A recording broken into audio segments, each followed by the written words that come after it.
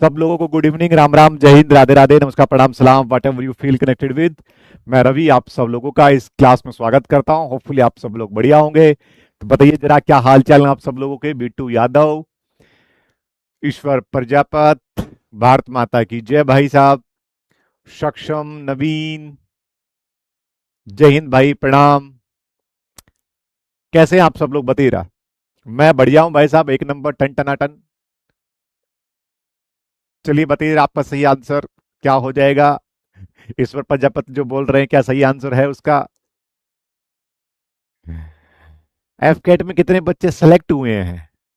Select का नहीं होता बेटा, अभी रिटर्न, अभी क्वालिफाई है। रिटर्न सेलेक्ट का तो मतलब सारी चीजें प्रोसेस होने के बाद होता है। जैसे आप लोगों का फेज वन आता है जैसे कि, ठीक है ना। बहुत सारे हैं भाई साहब, बहुत सारे हैं। अभी तो मैं डेटा वेटा थोड़ा भी मेरे काम करे, वो तो कोई और काम कर रहा होगा। ठीक है। पिछली बार शायद कुछ 1200 प्लस के आसपास थे। देखते हैं अभी कितने होते हैं। बताइए रहा क्या हाल चाल है आप सब लोगों के, बढ़िया है। कल वाली क्लास में हमने डिस्कस किया था एंशिएंट हिस्ट्री डिस्कस किया था, आज हम डिस्कस करने वाले मिडिवल हिस्ट्री। ठीक है जी। कल हमने एंशिएंट हिस्ट्री हमने डिस्कस कर लिया था, ये सारा का सारा हमारा जो है प्लानर है। हमने बेसिक साइंस वगैरह ये सारी की सारी चीजें हमने पढ़ ली भाई साहब, हम आ गए यहाँ पर। ठीक है। ठीक है जी।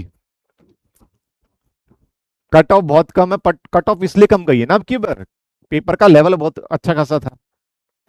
लेकिन अच्छा है, अच्छा लगता है जब आप ग्रेटिट्यूड दिखाते हो। आप एक टीचर को क्या चाहिए होता है, ठीक है ना। ठीक है। एक टीचर को सिर्फ इतना सा चाहिए होता है कि वो जो स्टूडेंट उसके पास आया है वो उसकी हेल्प करे, गाइड करे। अगर वो कुछ गलत कर रहा है तो उसको डांटे फटकारे, उसको सही दिशा दिखाए। सिर्फ ये काम होता है एक टीचर का। और एक स्टूडेंट का काम क्या होता है, आंख बंद करके उस टीचर के ऊपर भरोसा करे। सेकंड, अगर उस टीचर ने उसके जीवन में कहीं भी 1% उसको कैरियर बनाने में या कहीं भी उसको हेल्प आउट की है तो वो कदर या वो भावना हमारे खुद के अंदर से आनी चाहिए। और कमाल की बात है ये बहुत कम लोगों के अंदर होती है। जैसे कि मैं आप सब लोगों को बोल बोल के थक जाता हूं कि भाई साहब तुम्हारे लिए ही वो ग्रुप है, तुम्हारे लिए ही वो चीजें हम आते हैं। ठीक है ना। तुम्हारे लिए वो चीजें डाली जाती हैं, क्विज डाली जाती है, बहुत सारी चीजें होती है तुम्हारे लिए ही होती है। लेकिन आप में से आधे से ज्यादा बच्चे जो है ना उसके ऊपर एक क्या लग जाता है, उसके ऊपर एक एक डबल टैप करने से। खुद से पूछो जरा तुम लोग, क्या इसके लिए बार बार बताना जरूरी है, कहना जरूरी है। ये खुद से आना चाहिए कि यार ये मेरा ग्रुप है, इसके अंदर जो चीज आ रही है वो मेरे कैरियर के लिए आ रही है। पर नहीं करते हो तुम लोग। अब यहां बोल रहे सर मैं करता हूं, मैं करता हूं, है ना। तो उसके ऊपर 300 बच्चों ने देख रखा वो मैसेज, उसके ऊपर 15 रिएक्शन है। तो 15 सारे के सारे होंगे, बाकी और तो कोई होगा ही नहीं। तुम लोग ही हो 15 के 15, है ना। बाकी और तो कोई होगा ही नहीं।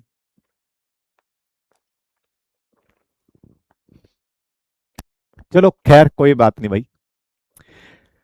तो मिडेवल हिस्ट्री हम पढ़ते हैं। मिडेवल हिस्ट्री, सबसे पहला बंदा जिसने भारत के ऊपर आक्रमण किया, तो आपसे पूछा जाएगा कि मुसलमान और मुस्लिम शासकों ने जो भारत के ऊपर आक्रमण किया उसमें बच्चा दो लोग जो हैं वो आपके थे, याद रखना। तो सबसे पहले आक्रमण किया अरबों ने।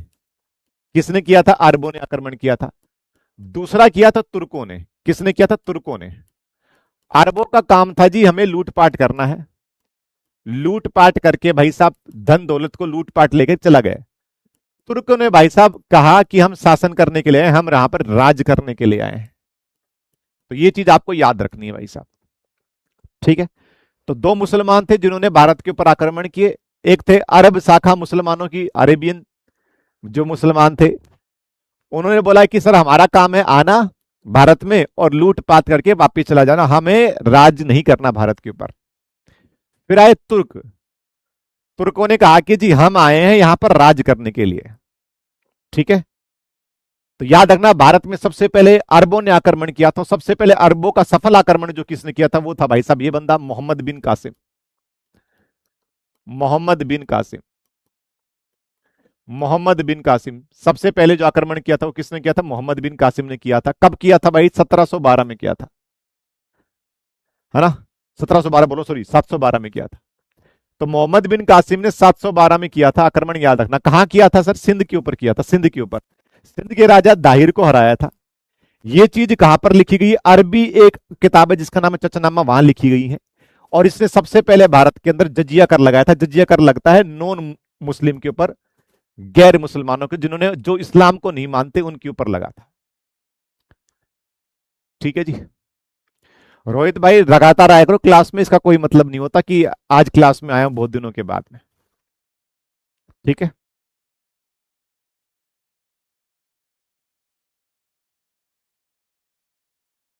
तो कल कोई बोला था सर मोहम्मद बिन कासिम कहां गए, तो मोहम्मद बिन कासिम आ गया है भाई साहब।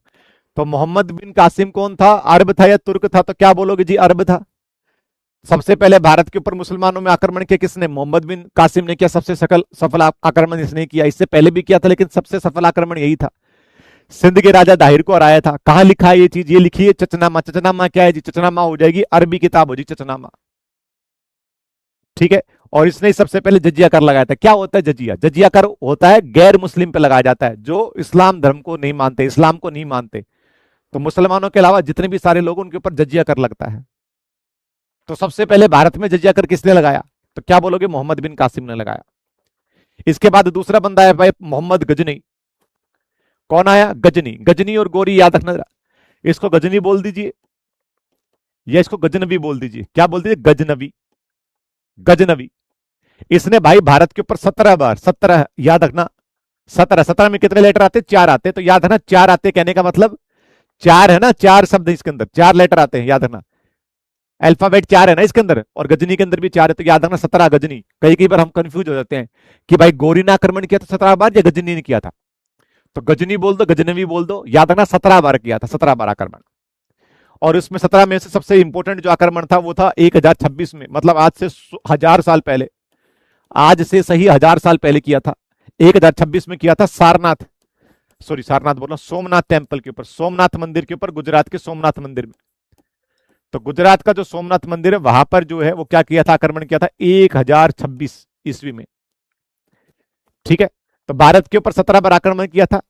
सबसे पहला आक्रमण इसने भाई साहब जयपाल पर किया था। ठीक है ना। 1026 में भाई साहब इसने सोमनाथ टेम्पल के ऊपर आक्रमण किया था, याद रखना जरा। ठीक है ना। इसके साथ आया था अल बरूनी, एक इतिहासकार था अल बरूनी। तो आपसे पूछा जाए कि अल बरूनी किसके साथ आया था? अल बरूनी, तो अल बरूनी आया था भाई साहब किसके साथ में? तो अल बरूनी आया था गजनी के साथ में। अल बरूनी, इसने किताब लिखी किताब उल हिंद, किताब उल हिंद। तो किताब उल हिंद किसके बारे में? भारत के बारे में लिखी इसने भाई साहब अल बरूनी। ठीक है ना। पहला मुसलमान जिसने भाई साहब पुराणों का, वेदों का, हमारा इनका अध्ययन किया था वो अल बरूनी हो जाएगा। ठीक है।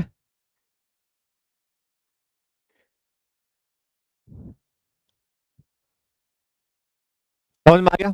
इतना याद करना और कुछ याद नहीं करना इसके बारे में। गजनवी 17 बार आया था जी। पहला आक्रमण 1001 में किया था पहला आक्रमण। 1026 वाला बड़ा इंपॉर्टेंट है, सोमनाथ वाला। और अल बरूनी इसके साथ में आया था भाई, अल बरूनी इसके साथ में आया था। आगे बढ़ते हैं। मोहम्मद गोरी, मोहम्मद गोरी, मोहम्मद गोरी जो था भाई साहब, वो अगर बात करें तो याद रखना जरा, याद रखना जरा। अरबों में सबसे पहले कौन था? मोहम्मद बिन कासिम। तुर्कों में कौन था? तो याद रखना गजनी, गजनी या गजनवी आप बोलना चाहो। तो ये कौन था? ये अरब था। मोहम्मद बिन कासिम कौन था? अरब था। ये कौन था भाई साहब? पहला टर्किश इन्वेडर, पहला तुर्की हमलावर। ठीक है। मोहम्मद गोरी, मोहम्मद गोरी। तो मोहम्मद गोरी ने भाई साहब सबसे पहले अटैक किया था 1775 में भारत में। कहां पर? मुल्तान में, पाकिस्तान में।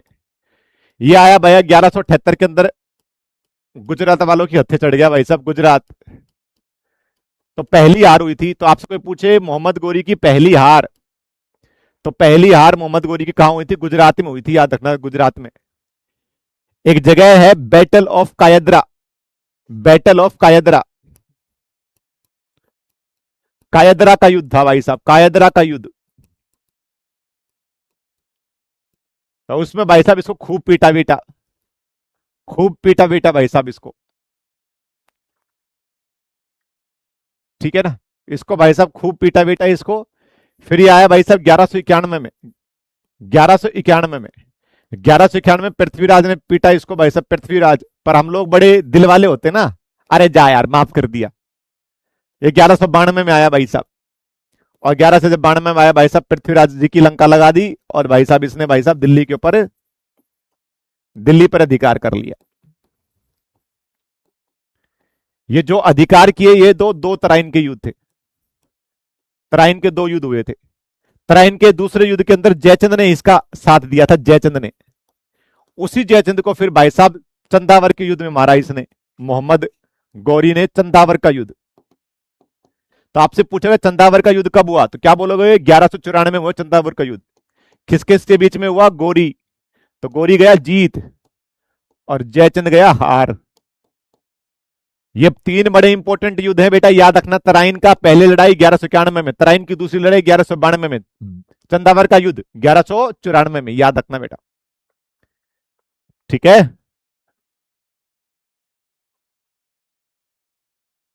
पढ़ लो चुपचाप, पढ़ लो, ठीक है ना। समझा करो चीजों को, ये चे चे मत करा करो लड़कियों की तरह, ठीक है ना। मुगल वाले चैप्टर हट गए, ये वगैरह सारी चीजें पढ़नी है। तुम्हारा एग्जामिनर नहीं देखा मुगल वाले चैप्टर हटे या नहीं हटे हैं। तो बैटल ऑफ कयादरा बेसिकली अगर बात करें, कयादरा एक जगह हो जाएगी राजस्थान के आसपास में, ठीक है ना, बैटल ऑफ कयादरा।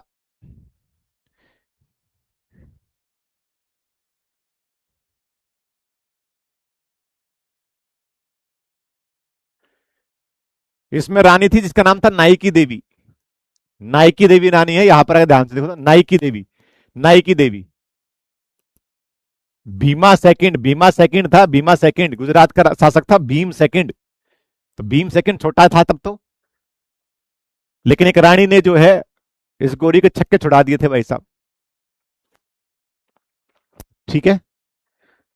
बताओ जरा, किसी को दिक्कत समस्या परेशानी, कोई चीज पूछनी हो तो बताओ जरा, नहीं तो थम्स अप भेज दो कि यस सर समझ में आ गया है।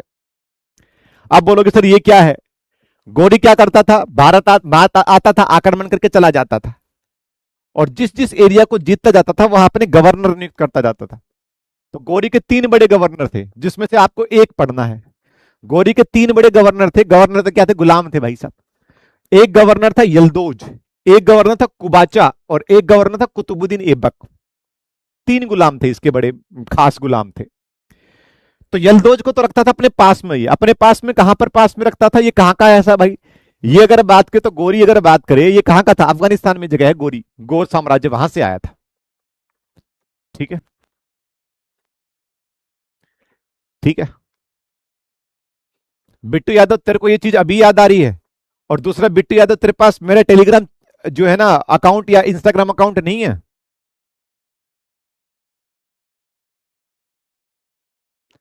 वो सही कल किसी ने सही मैसेज किया था, वो कीड़े कीड़े वाला मैसेज सही किया था किसी ने।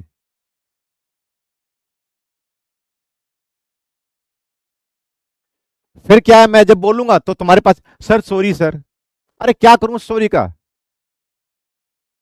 अब इतने दिन तू रुका बैठा था, एक दिन और रुक जा फिर।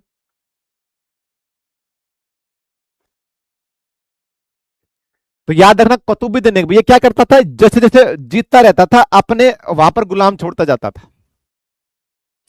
हाँ 1192 के में पृथ्वीराज चौहान की डेथ हो गई थी, 1192 के तराइन के युद्ध में, ठीक है ना। तो भारत का जो हिस्सा था ना उसके ऊपर वो किसको छोड़ के गया, शासक को छोड़ के गया, किसको छोड़ के गया, कुतुबुद्दीन ऐबक को छोड़ के गया।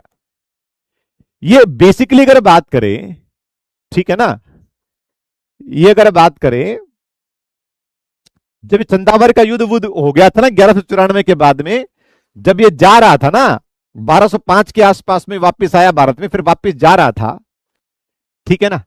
तो उस टाइम पे, यार बिट्टू मत बहस कर यार, प्लीज रिक्वेस्ट है, मत बहस कर भाई, मत बहस कर।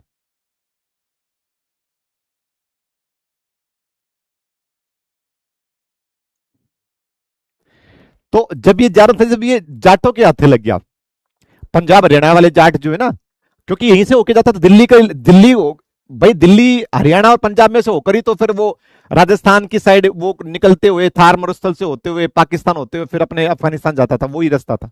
ये जाटों के चढ़िया भाई साहब, जाटों ने इसका खाल तारी मारा गया भाई साहब ये। तो फिर ये जो है ना अपने वाला जो हिस्सा था वो जो जिसके ऊपर जो भारत वाला था, तो कुतुबुद्दीन ऐबक अगर बात करें तो ये इसके पास आ गया था भाई साहब। तो यहीं से जो है वो अगर बात करें तो फिर आपका स्टार्ट हो जाएगा। ठीक है, तो अरबों का आक्रमण में हमने डिस्कस कर लिया, जो मैंने अभी आपको बताया वही सारी की सारी मैंने लिख रखी है। 1711 ईस्वी में अगर बात करें तो सर्वप्रथम हुआ 1100 में, लेकिन ये असफल रहा। ये असफल रहा। एक बंदा था उबैदुल्ला, तो उबैदुल्ला ने भाई साहब सबसे पहले आक्रमण किया था, पहला मुस्लिम जिसने भारत पर आक्रमण किया था, लेकिन उसका आक्रमण सफल नहीं हो पाया था।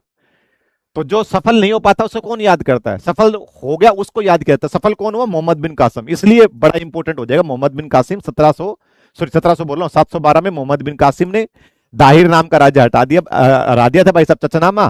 ठीक है, ये वाला, और सर्वप्रथम जजिया कर लगाने वाला मोहम्मद बिन कासिम ही था। ये सारी की सारी चीजें हम ऑलरेडी डिस्कस कर चुके हैं। तुर्कों ने भैया 11वीं और 12वीं शताब्दी में शुरुआत किया भारत पर आक्रमण करने के लिए, गजनी वाला मैंने बता दिया।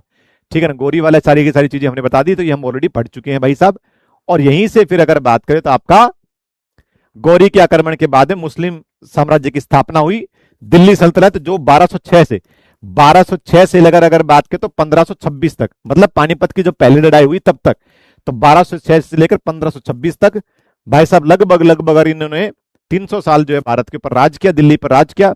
दिल्ली सल्तनत में 5 राज्य आए बेटा, पहला है गुलाम वंश, दूसरा है खिलजी वंश, तीसरा है तुगलक वंश, चौथा है सैयद वंश, और पांचवा है लोधी वंश। तो आपसे पूछा जाता है आपसे कि बताइए जरा सबसे पहले कौन सा है, तो गुलाम वंश है, गुलाम। फिर कौन सा है जी, खिलजी वंश आया, खिलजी। पहले गुलाम आया, फिर खिलजियों का शासन था, फिर आया भाई साहब तुगलक, तुगलक। फिर आया भाई साहब कौन, सैयद, सैयद। और फिर आया भाई साहब कौन से, लोधी। फिर आया कौन, लोधी। ठीक है,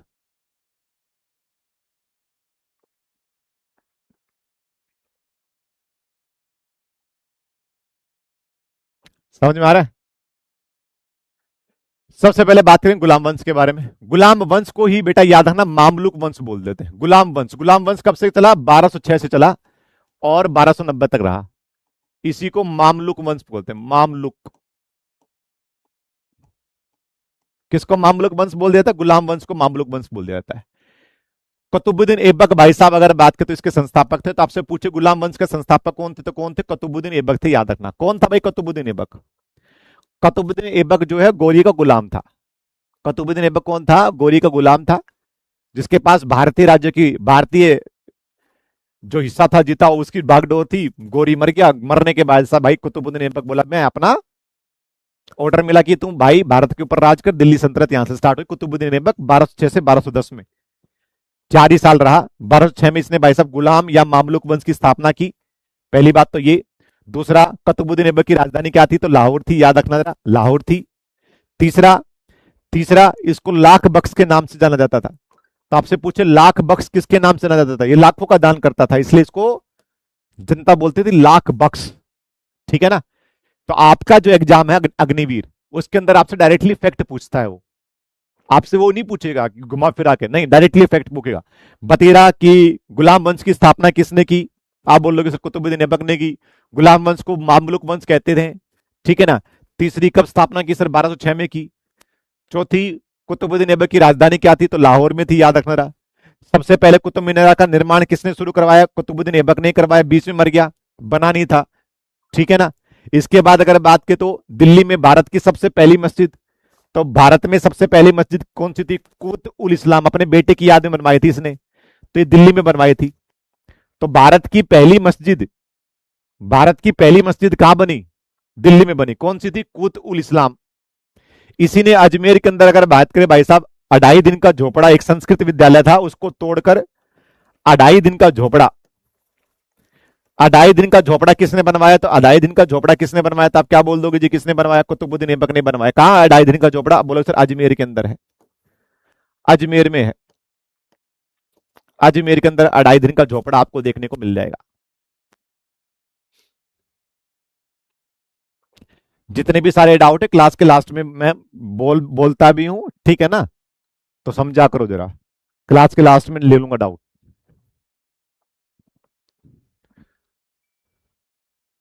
वैसे तुम रील वील पता नहीं क्या क्या चीजें देखते रहते हो, और टेलीग्राम पर तुम्हें एक मैसेज करने में मौत आती है।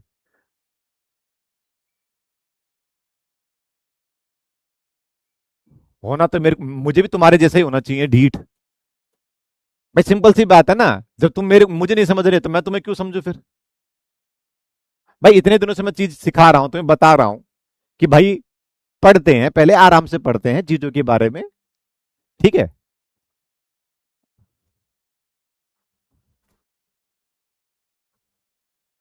चलो जी, दूसरा हो जाएगा इल्तुतमिश। कौन सा हो जाएगा? इल्तुतमिश। जो इल्तुतमिश है ना, उसको वाकई में दिल्ली सल्तनत का संस्थापक कहा जाता है, एक्चुअल फाउंडर कहा जाता है दिल्ली डायनेस्टी का। क्यों कहा जाता है एक्चुअल फाउंडर? एक्चुअल फाउंडर इसलिए कहा जाता है कि सर नाम क्या है, नाम क्या है सर? दिल्ली डायनेस्टी हम पढ़ रहे हैं, दिल्ली सल्तनत पढ़ रहे हैं।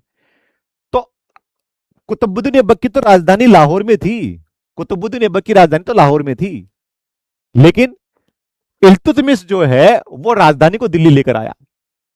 इल्तुतमिश को जो है राजधानी दिल्ली लेकर आया, इल्तुतमिश याद रखना जरा। तो आपसे पूछे इल्तुतमिश, तो इल्तुतमिश अगर बात करें तो राजधानी कहां लेकर आया? दिल्ली लेकर आया, याद रखना रहा। इसीलिए इसको वास्तविक संस्थापक कहा जाता है, वास्तविक संस्थापक का। अच्छा, इल्तुतमिश कौन था? इल्तुतमिश कुतुबुद्दीन ऐबक का गुलाम था, इसलिए इल्तुतमिश को अगर बात करें तो गुलाम को गुलाम भी कहा जाता है। स्लेव ऑफ स्लेव किसे कहा जाता है? तो इल्तुतमिश को कहा जाता है। तो यहां लिख सकते हैं गुलाम का गुलाम कहा जाता है, गुलाम का गुलाम, ठीक है ना? और इसीलिए गुलाम वंश पड़ा ये, कोई और नाम नहीं था। गुलाम इसलिए पड़ा क्योंकि कुतुबुद्दीन ऐबक गुलाम था, उसका अगले हवाला भी अगर बात करें तो गुलाम था, तो गुलाम का गुलाम इसीलिए। तो गुलाम का गुलाम किसे कहा जाएगा? तो इल्तुतमिश को कहा जाएगा। तो इल्तुतमिश कौन था भाई? एक तो गुलाम था, दूसरा भाई साहब इनके संबंध भी कुछ ऐसे ही होते हैं, उसका दामाद भी था, ठीक है ना? इल्तुतमिश, इल्तुतमिश ने टका और जीतल, ये दो सिक्के होते हैं, ये चलवाए थे। तो आपसे पूछे टका और जीतल सिक्के किसने चलवाए? तो ये सिक्के चलवाए किसने भाई? इल्तुतमिश ने चलवाए। कुतुब मीनार का निर्माण पूरा करवाया किसने करवाया? कुतुब मीनार का निर्माण इल्तुतमिश ने पूरा करवाया। इसने जैसे जमीन होती है ना, जमीन अपने बीघे में होती है, कई जगह बीघे में होती है, किलो में होती है, एकड़ में होती है, तो जमीन को बंटवाए उसको बोलते हैं इक्तादारी। तो इक्तादारी, तो इक्तादारी प्रणाली जो है वो भी किसने स्टार्ट की? इसने स्टार्ट की थी। इसने चहलगामी बनवाए बेटा, चहलगामी। चहलगामी 40 दास हुआ करते थे, 40 लोगों का समूह हुआ करता था। जैसे आजकल होता है ना कैबिनेट, वैसे ही 40 लोगों का समूह होता था। ये छोड़ रखे थे पूरे राज्य में कि बात देख क्या भाई साहब मेरे बारे में कौन बोल रहा है, मेरे बारे में कोई षड्यंत्र नहीं चल रहा है। क्योंकि इनकी परंपरा ऐसी ही थी भाई साहब, ये जो आए ना बाहर वाले जो आक्रमणकारी आए, इन्होंने हर बार अगर बात करे तो अपने से पहले वाले की हत्या करके फिर राजगद्दी के ऊपर बैठे हैं ये सारे के सारे लोग, ठीक है? ठीक है। एकमात्र महिला मुस्लिम शासक, एकमात्र मुस्लिम महिला शासक भारत में जो रही वो कौन सी रही? रजिया सुल्तान रही। रजिया सुल्तान 1236 में गद्दी पे बैठी थी बेटा, और 1240 में हरियाणा के पास एक जगह है कैथल, वहां इसको मार दिया गया भाई साहब, अपने प्रेमी के साथ में। यलदो जिसका प्रेमी था, घर वाला था भाई साहब उसको, और इसको भाई साहब चाकू घोप के मार दिया गया था 1240 के अंदर रजिया को।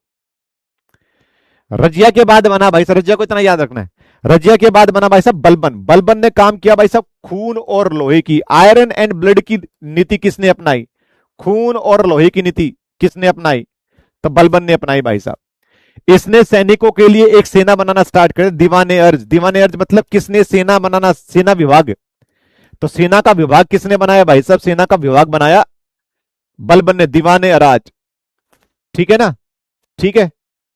और इसने भाई साहब एक नवरोज त्योहार स्टार्ट किया था। नवरोज, नवरोज होता है पारसी त्योहार, जो पारसी होते हैं ना उनका त्योहार होता है नवरोज, पारसी त्योहार, वो स्टार्ट किया था। एक होता है पाबोस और सिजदा, पाबोस और सिजदा। पाबोस में होता है भाई साहब कि राजा के वो आपने देखा हो कभी हाथ पैर वगैरह चूमते रहते हैं, ठीक है? और सिजदा, सिजदा करते हैं ना ऐसे करके, ठीक है ना, वो झुकाना। तो पाबोस और सिजदा, तो पाबोस और सिजदा किसने शुरू किया था अपने दरबार में? पाबोस और सिजदा शुरुआत करने वाला कौन था? बलबनी था। ये चहलगामी जो 40 लोगों का था, इसने शुरू किया था इल्तुतमिश ने। इसको खत्म किसने कर दिया? चहलगामी को खत्म किसने किया? खत्म किया भाई साहब, किसने खत्म किया? बलबन ने खत्म कर दिया। खत्म किसने कर दिया? बलबन ने। बलबन ने क्या कर दिया? खत्म कर दिया। ये आपका गुलाम वंश हो जाएगा भाई साहब, ठीक है ना। खून और लोहे की नीति ये है भाई साहब, ठीक है ना। खून और लोहे की नीति ये है कि भाई या तो मैं तेरे साथ लड़ाई करूंगा अगर तू मेरे साथ हमलावर होगा, या तो तू मेरे से लड़ ले, या फिर तू गर्दन कटवा ले, ठीक है। तो ब्लड और आयरन, ठीक है, मतलब ये हार्डकोर इंसान था। जैसे अभी मैं हूं ना, कि पढ़ाई किस टाइम पे सिर्फ और सिर्फ पढ़ाई, पढ़ाई से टॉपिक से रिलेटेड डाउट पूछो, तो ये वाली चीज थी। मतलब बड़ा कट्टर था भाई साहब बलबन, ठीक है। अब जलाउद्दीन फिरोज शाह खिलजी, इसने भाई साहब इसका आखिरी गुलाम वंश का आखिरी राजा था कैकुबाद, उस कैकुबाद को मारकर अपना खुद का साम्राज्य स्थापित कर लिया खिलजी ने। तो इतना ही याद रखना बस, जलाउद्दीन खिलजी। जलाउद्दीन खिलजी ने क्या किया? बोले सर खिलजी वंश की स्थापना की, खिलजी की। तो खिलजी वंश की स्थापना किसने की? जलाउद्दीन खिलजी ने की भाई साहब। कब की? 1290 में की थी, और ये भाई साहब 1320 तक ही चला। तो सबसे कम समय तक, सबसे कम समय तक, सबसे कम दिल्ली सल्तनत के ऊपर, सबसे कम समय तक दिल्ली सल्तनत के ऊपर राज करने वाला वंश कौन सा हो जाएगा? तो कौन सा बोल दोगे जी? तुगलक वंश हो जाएगा, सॉरी एक खिलजी वंश हो जाएगा। कौन सा हो जाएगा? खिलजी वंश हो जाएगा। बस इतना याद करना। ये जलाउद्दीन, ये जलाउद्दीन खिलजी का ही दामाद था, देख लो जरा, दामाद अलाउद्दीन खिलजी। अलाउद्दीन खिलजी ने जलालुद्दीन खिलजी को मारकर गद्दी पे बैठ गया भाई साहब। पद्मावत तो आपने देखी भी होगी थोड़ी बहुत। तो सबसे पहली बात की सेना को वेतन देना किसने स्टार्ट कर दिया? मतलब सेना को सैलरी किसने देना स्टार्ट किया? तो याद रखना अलाउद्दीन खिलजी ने किया। दूसरा, घोड़े पर दाग लगाना, घोड़े पर मार्क लगाना, यह किसने स्टार्ट किया? यह भी अलाउद्दीन खिलजी ने स्टार्ट किया। सैनिकों का हुलिया बनाना, सैनिकों का चेहरा बनाना, यह भी किसने स्टार्ट किया? अलाउद्दीन खिलजी ने स्टार्ट किया था। मुफ्त खराज, मुफ्त खराज एक भ्रष्टाचार को रोकने का विभाग था, वो भी इसने स्टार्ट किया था। दीवाने रियासत, दीवाने साहने मंडी, ये बाजार। तो बाजारों में ऐसे होता है ना, जैसे कि अभी कि बाजारों में भाई साहब ये चीज इतनी महंगी नहीं मिलेगी, महंगी मिलेगी तो फिर गलत बात है, आपके ऊपर फाइन लगाया जाएगा, जो एमआरपी उसके ऊपर बेचो, ये सब चीजें। तो ये सबसे पहले किसने स्टार्ट की थी? बाजार नियंत्रण, मतलब मार्केट प्राइस को कंट्रोल करना किसने स्टार्ट किया था? अलाउद्दीन खिलजी ने स्टार्ट किया था। अलाउद्दीन खिलजी ने स्टार्ट किया था, ठीक है। वो खुला बाजार था एक, जैसे आप लोग जाते हो ना आजकल दिल्ली वेले में, अब बहुत जगह होता है, बुद्ध बाजार लगता है सब जगह। आपके यहां भी लगता हो, कहीं बुद्ध बाजार लगता है, कहीं सोम बाजार लगता हो, कहीं मंगल बाजार लगता हो, खुला बाजार लगता है। तो सारा एयरदल खुला बाजार इसने स्टार्ट किया। तो खुला बाजार वगैरह ऐसा कुछ नहीं, आपको याद रखना बाजार के रिगार्डिंग में, मार्केट प्राइस के रिगार्डिंग में काम किया, सेना के रिगार्डिंग में काम किया, सैलरी देना स्टार्ट किया, घोड़ों को दागना स्टार्ट कर दिया, और हुलिया बनाना स्टार्ट किया। सब किसने की? अलाउद्दीन ने की।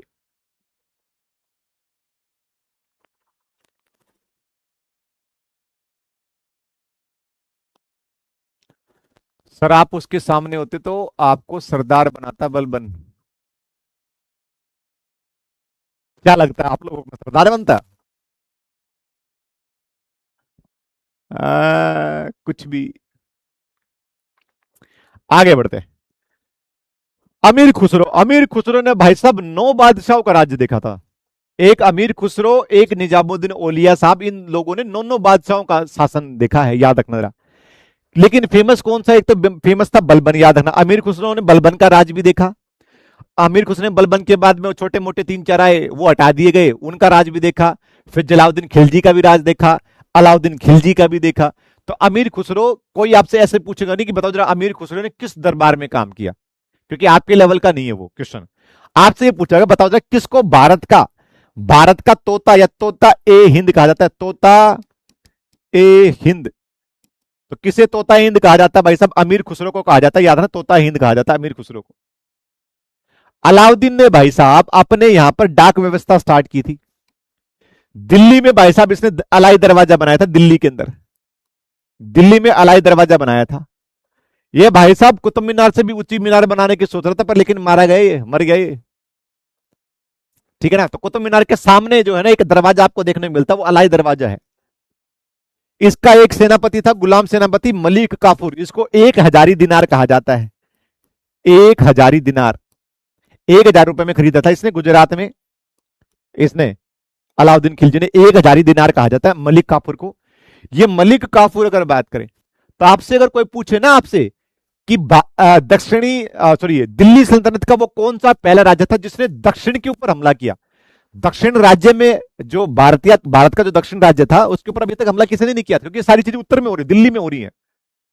किसने भाई साहब? महाराष्ट्र, कर्नाटका, केरला, तमिलनाडु, केरला तो ये पहुंचे नहीं, मतलब मध्य प्रदेश से आगे, ठीक है ना, उड़ीसा नीचे की साइड में महाराष्ट्र वगैरह, उस पर हमला किसने किया? आंध्र प्रदेश, तेलंगाना वगैरह। तो याद रखना ना, अलाउद्दीन अलाउद्दीन दक्षिण भारत में अटैक करने वाला, आक्रमण करने वाला पहला राजा था। तो पहला राजा जिसने भाई साहब दक्षिण भारतीय राज्यों को निशाना बनाया, पहला राजा हो जाएगा। और सबसे बड़ा जो है भाई साहब मलिक काफूर था, ये जिसकी वजह से सक्सेसफुल हुआ था। ठीक है ना, ये याद रखना जरा। भाई साहब इसी का एक सेनापति था गाजी मलिक। उस गाजी मलिक ने भाई साहब जो है वो अलाउद्दीन के बाद में कोई राजा वाजा तो था ही नहीं कोई ढंग सर का, उनको सबको उखाड़ फेंक दिया। ये गाजी मलिक आगे जाकर गयासुद्दीन तुगलक बनेगा। इसी गाजी मलिक ने भाई साहब तुगलक वंश की स्थापना की 1320 के अंदर, 1320 के अंदर। ठीक है, तो 1320 के अंदर हम तीसरा पढ़ रहे हैं, तुगलक वंश। तुगलक वंश अगर आप ध्यान से देखोगे तो भाई साहब ये आए थे 1320 में और गए 1414 में, है ना। तो ध्यान से देखोगे तो भाई साहब लगभग लगभग इन्होंने 100 साल शासन किया है। तो सबसे मैक्सिमम टाइम अगर बात करें, सबसे ज्यादा समय तक टाइम राज्य करने वाला दिल्ली सल्तनत के ऊपर कौन सा हो जाएगा? तो तुगलक हो जाएगा, याद रखना।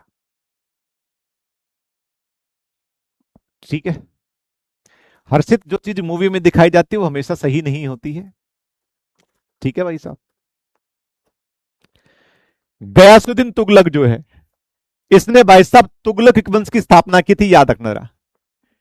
कोई आपसे पूछे कि कुरान के ऊपर आधारित किसका राज्य था, तो कुरान के ऊपर आधारित किसका राज था? भाई साहब तुगलक वंश का राज था कुरान के ऊपर, मतलब कुरान के अंदर जो चीजें हैं उसी के ऊपर। तो कुरान के ऊपर अगर बात करें तो आधारित किसका राज था? तो बोले तुगलक वंश का राज कुरान के ऊपर आधारित था। गयासुद्दीन तुगलक अगर बात करें तो भाई साहब वो पहला बंदा था जिसने नहरों का निर्माण करवाया।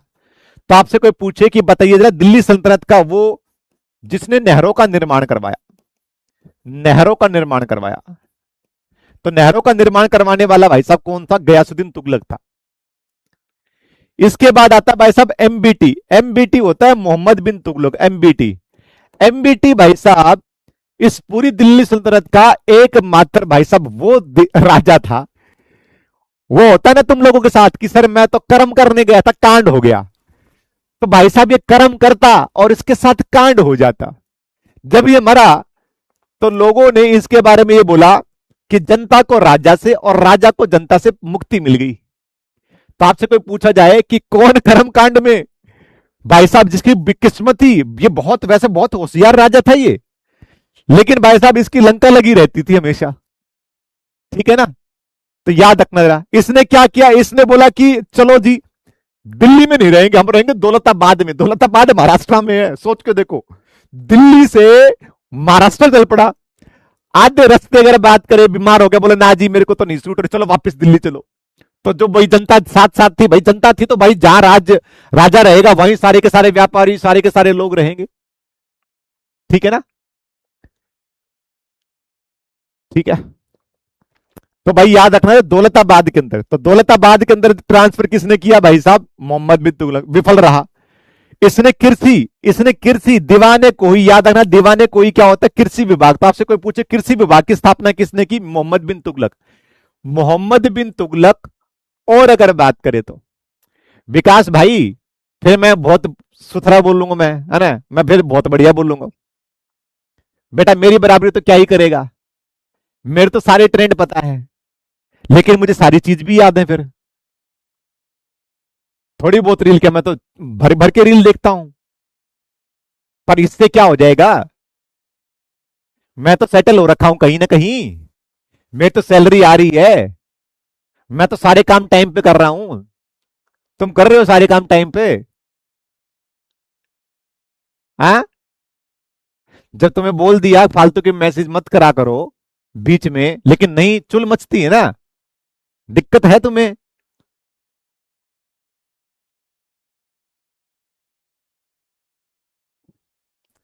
आगे बढ़ते हैं। इसने भाई साहब टोकन मुद्रा स्टार्ट की, क्यों हुआ? क्योंकि जब ये राजा बना ना, इसके राज्य के टाइम पे चांदी महंगी होगी। तो पहले चांदी के सिक्के चलते थे, वो टका और जिंतल चलाए थे इल्तुतमिश ने। तो भाई साहब चांदी के सिक्के चलते थे, चांदी के सिक्के चलते थे, चांदी होगी महंगी। अब सिक्के कैसे बनवाए? तो उसने बोला तांबे के सिक्के बनवा दो, तांबे के सिक्के चलने दो। और भाई तांबा तो सबको पता है, तांबा तो सबके पास में था। तो उस टाइम पर दिल्ली के हर घर के अंदर जहां जहां सिक्का बनता उसको टकसाल बोलते हैं। क्या बोलते हैं? टकसाल। हर घर के अंदर अगर बात करें तो टकसाल होगी थी। हर घर के अंदर क्या होगी थी? टकसाल होगी थी, याद रखना जरा। हर घर के अंदर क्या होगी थी? टकसाल होगी थी। ठाकुर सचिन भाई, मैं आपके इसका आंसर नहीं देने वाला, ना ही तुम्हारे एग्जाम के पॉइंट ऑफ व्यू से आएगा। और बेटा तुम्हें पढ़ना तो पढ़ लो बेटा। तो टोकन अगर बात करें, तो टोकन मुद्रा स्टार्ट कर दी, सब लोग भाई साहब तांबे के सिक्के चलाने लगे। तांबे के सिक्के चलाने लगे तो भाई साहब इसको नुकसान हुआ। तो इसने क्या किया देखो, इसने अगर बात करें तो क्या किया, राजधानी चेंज करनी चाहिए, विफल रहा। नई मुद्रा, सांकेतिक मुद्रा, टोकन मुद्रा स्टार्ट करनी चाहिए, विफल रहा। इसके शासनकाल में और मोहम्मद बिन तुगलक के शासनकाल में और अलाउद्दीन खिलजी के शासनकाल में 2 बार ऐसा हुआ है, किसानों ने अनाज पैदा करने से मनाही कर दिया, बोला हम खेती करेंगे ही नहीं, तुम कर लो जरा क्या करोगे। एक खुरासान था, खुरासान के खिलाफ लड़ाई लड़ने के लिए पहुंचा, सेना वेना लेकर, वहां जाके देखा लड़ाई तो पहले खत्म हो रखी है। तो कहने का मतलब यह है कि इसने भाई साहब जो है वो अकाल पड़ा, अकाल में किसानों पे कर लगा दिया बहुत सारा। किसान बोले लो मैं करूंगा ही नहीं खेती। तो कहने का मतलब यह है आपका बेसिकली कि मोहम्मद बिन तुगलक ने किया धरा तो बहुत सारी चीजें, लेकिन भाई इसके शासनकाल में बहुत खराब चीजें हुई है, याद रखना। इसी के शासनकाल में इब्न बतूता आया था, वेरी वेरी वेरी इंपॉर्टेंट। अभी तक मैं 4 लोगों के बारे में पढ़ा चुका हूं, अगर आप लोगों को पता हो तो। मैंने पढ़ा है सबसे पहले मेगाथनीज। मेगाथनीज जो आया वो आया चंद्रगुप्त मौर्य के शासनकाल में। फिर आया फाहियान, हवेनसांग, मैंने आपको पढ़ा चुका हूं। ये इब्न बतूता, ये आपसे पूछे जाते कि किसके राज्य में आए थे, ये अलग से लिख लो। 1414 के अंदर आया था, याद रखना रहा। ये सॉरी 1414 नहीं नहीं, 1414 में तो नहीं आया, ठीक है ना। मतलब वैसे बोला जाता है 1414 के अंदर आया था ये आपका, लेकिन ऐसा होता नहीं है। फिरोज शाह तुगलक अगर बात करें तो भाई साहब बाद में आए फिरोज शाह तुगलक जो है, फिरोज शाह तुगलक। तो फिरोज शाह तुगलक किस लिए जाना जाता है? फिरोज शाह तुगलक अगर बात करें तो पहली बात तो इसलिए जाना जाता है कि किसने ब्राह्मणों के ऊपर भी कर लगाया था। ब्राह्मणों पर जजिया कर लगाने वाला कौन सा बंदा था? जजिया कर इसने लगाया। जजिया कर किसने लगाया था? सबसे पहले जजिया कर लगाया था मोहम्मद बिन कासिम ने। इसके बाद में अगर आपसे पूछा जाए कि दिल्ली सल्तनत में जजिया कर किसने लगाया, तो जजिया कर किसने लगाया? फिरोज शाह ने। एक्चुअली जब जजिया कर लगता था वो गैर मुसलमानों पर लगता था, लेकिन ब्राह्मणों को छूट होती थी कि ब्राह्मणों को नहीं भाई साहब, ये इनके धर्म के, इनको नहीं। लेकिन ब्राह्मणों के ऊपर भी जजिया कर लगाने वाला पहला राजा कौन सा था? तो पहला राजा हो जाएगा फिरोज शाह तुगलक। फिरोज शाह तुगलक ने भाई साहब लगभग लगभग 300 शहर बनाए हैं। 300 शहर बनवाए भाई साहब, बहुत सारे बाग लगवाए भाई साहब, बहुत सारे नहरें बनवाई। तो आपको याद रखना है कि नहरों का निर्माण किसने शुरू किया था? गयासुद्दीन तुगलक ने स्टार्ट किया था, इसके दादा ने स्टार्ट किया था। मतलब फिरोज शाह तुगलक, दादा तो नहीं, मतलब ये चाचा का था, मतलब वो चाचा या पापा पता नहीं, कुछ कोई होगा बेसिकली। फिरोज शाह तुगलक अगर बात करें तो भाई नहरें बनवाई, 300 से ज्यादा शहर बनवाए। आपने देखा भी होगा जौनपुर, जौनपुर हो गया, हरियाणा का हिसार हो गया, तुगलकाबाद हो गया, ये सारे भाई साहब फिरोज शाह तुगलक ने बनवाए थे, याद रखना जरा, ठीक है। आपको इतना ही याद रखना, वो मैंने आपके साथ में डिस्कस कर लिया, ठीक है, ठीक है भाई। लास्ट अगर बात करें, आखिरी शासक था तुगलक वंश का नसरुद्दीन मोहम्मद। कौन सा था? नसरुद्दीन मोहम्मद। ये याद रखना। आप बोलोगे गुरुजी ये क्यों याद रखना है? नसरुद्दीन मोहम्मद इसलिए याद रखना, इसके शासनकाल के अंदर तैमूर आया था भाई साहब, तैमूर। तो आपसे पूछेगा कि तैमूर ने भारत के ऊपर कब आक्रमण किया? 1398 में किया था, याद रखना रहा। और उस टाइम पर राजा कौन था? नसरुद्दीन मोहम्मद था। नसरुद्दीन नसरुद्दीन मोहम्मद था, याद रखना जरा। मतलब कौन सा राजवंश था? तुगलक राजवंश था। और भाई साहब ये रहा 10-15 दिन, इसने क्या कत्लेआम मचाया है तैमूर ने। कत्लेआम इतना बचाया है कि आसपास में अगर बात करें कोई जवान मर्द था ही नहीं। क्या करता था तैमूर? आता था उस इलाके के सबसे पहले मर्दों को मारता था, बच्चों को मारता था, बच्चियां और जो औरतें हैं उनको अपने साथ लेके चला जाता था। 15 दिन, 20 दिन ये दिल्ली में रहा था, तो सोच के देखो क्या हालत हुई होगी। तो आपसे पूछे कि तैमूर ने भारत पर कब आक्रमण किया, दिल्ली पर कब आक्रमण किया? 1398 में किया था। तुगलक राजवंश था, नसरुद्दीन मोहम्मद अगर बात करें तो उस टाइम पे राजा था। ठीक है जी, आगे बढ़ते हैं। तैमूर ने भारत पर आक्रमण किया तो तुगलक वंश खत्म ही हो गया था। एक सैयद नाम का बंदा था, खिजर खान नाम का बंदा था। वो खिजर खान नाम का बंदा जो है भाई साहब, उसने हेल्प की थी। किसकी? तैमूर की। तो इसीलिए सैयद वंश की स्थापना हुई, खिजर खान ने। तो सैयद वंश की स्थापना किसने की? खिजर खान ने स्थापना की। 14 से लेकर 1451 तक, इतना ही याद रखना, और कुछ याद नहीं रखना। सैयद वंश से कुछ पूछा ही नहीं जाता, इतना पूछा जाता है सैयद वंश की स्थापना किसने की? खिजर खान ने की, बस। इसके बाद आता भाई साहब लोधी। लोधी वंश जो है, याद रखना, ये लोधी जो थे वो अफगानी थे। बाकी सारे क्या थे? तुर्की थे, याद रखना जरा। बाकी सारे क्या थे? तुर्की थे। ठीक है भाई। तो सचिन, मैंने आपको बहुत पहले बता दिया था। अरब अगर बात करें, मोहम्मद बिन कासिम जो है वो अरब था, याद रखना जरा। उसके बाद जितने भी आक्रमण किए सब तुर्की वाले थे। और ये आपस में ही सेनापति बेनापति ये वो फलाना धिंगड़ा कर कुर के अगर बात करें तो ये यहां तक पहुंचे हैं, याद रखना जरा। ठीक है बेटा। तो ठाकुर सचिन, जो चीज आप पूछ रहे हो तो याद रखना जरा, ये सारे के सारे तुर्की वाले थे। ये अपने आप को अगर बात करें तो कभी अरबी और तुर्की वाले बोल देते थे, कभी कुछ बोल देते थे, लेकिन इनको हमेशा क्या माना है? टर्किश माना है, याद रखना जरा। लैयद जो आपका लोधी डेंसिटी अगर बात करें वो बोलते थे जी हम अफगानी हैं, तो याद रखना जरा। दिल्ली सल्तनत के ऊपर पहला अफगान शासक कौन था? तो आप क्या बोलोगे जी? बहलोल लोधी था। तो बहलोल लोधी ने अगर बात करें तो दिल्ली वंश के ऊपर, ठीक है ना, तो यह पहला अफगान या पठान वंश था, याद रखना। ठीक है।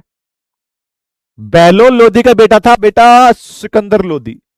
सिकंदर लोधी ने आगरा में 504 ईस्वी में, 504 में आगरा की स्थापना की, याद रखना।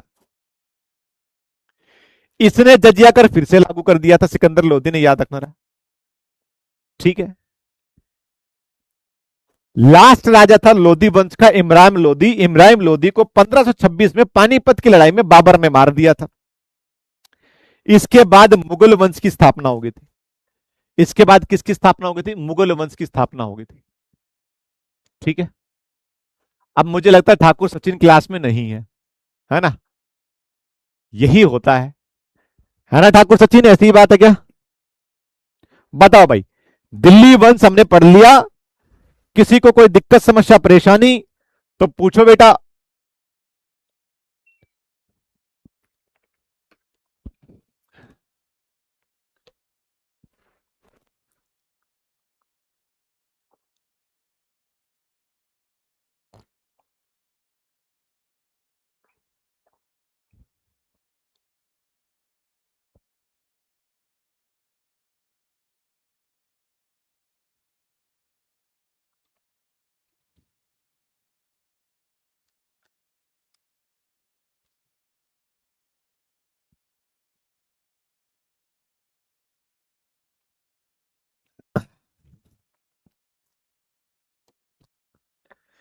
क्यों नहीं हो रहा सिलेक्शन?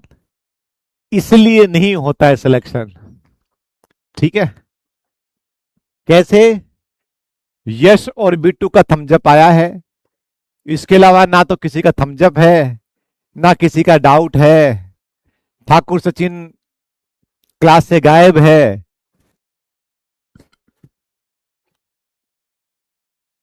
फिर बोलते हैं जी हमारा सिलेक्शन नहीं हुआ।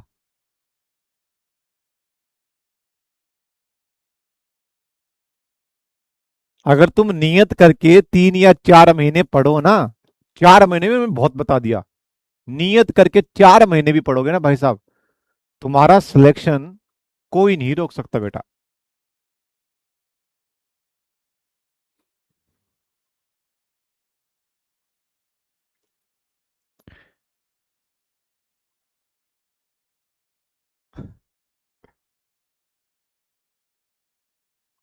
ठाकुर सचिन, चलो बात करना सिखाता हूं, है ना।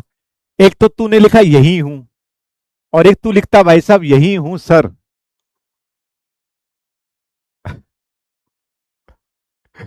अरे भाई सचिन, मेरी बात सुन रहा था तो रिप्लाई दे दिया करो भाई साहब। ठीक है ना, हमको 2 महीना ही मिला है। विकास बोल रहा है 2 महीने में भी हो सकता है सिलेक्शन। ठीक है, अगर नीयत से पढ़ो तो। चलो जी ठीक है। चलो भाई ठाकुर, अच्छी बात है भाई साहब। सचिन भाई आप यहीं पर हो तो अच्छा लगा मुझे सुन के। चलो जी, उससे पहले हम पढ़ेंगे विजयनगर साम्राज्य के बारे में, फिर पढ़ेंगे भाई साहब हम मुगल के बारे में। ठीक है जी। विजयनगर साम्राज्य, दक्षिण के अंदर विजयनगर साम्राज्य अगर बात करें, हार्दिक बकवासबाजी नहीं,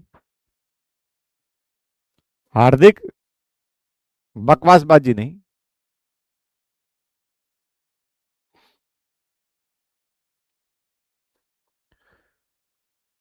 एक मंडल साहब बोल रहा सर, किस किस एग्जाम में सिलेक्शन, किस एग्जाम में सिलेक्शन।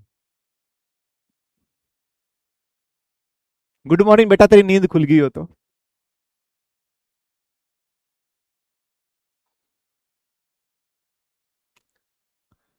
हार्दिक लप्पू से सचिन आप तो आपने बोल दिया, तेरे नाम का तो बहुत और मीनिंग निकलता है भाई साहब।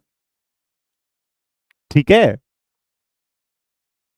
समझ में आया। बच्चे अगर बोलने स्टार्ट करेंगे तो बुरा लगेगा फिर, तो इसलिए नहीं नहीं नहीं, जोक वो कुछ नहीं है।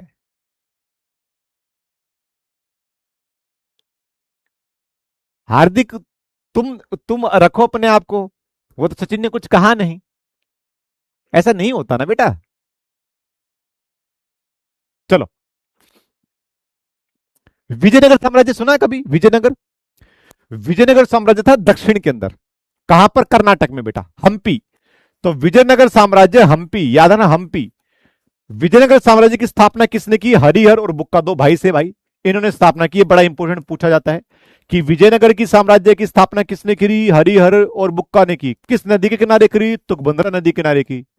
जैसे दिल्ली सल्तनत के ऊपर 4 से 5 अगर बात करें, ठीक है जी, दिल्ली सल्तनत के ऊपर अर्चित पढ़ ले जब जब, दिल्ली सल्तनत के ऊपर 4 से 5 अगर बात करें तो राजाओं ने राज किया।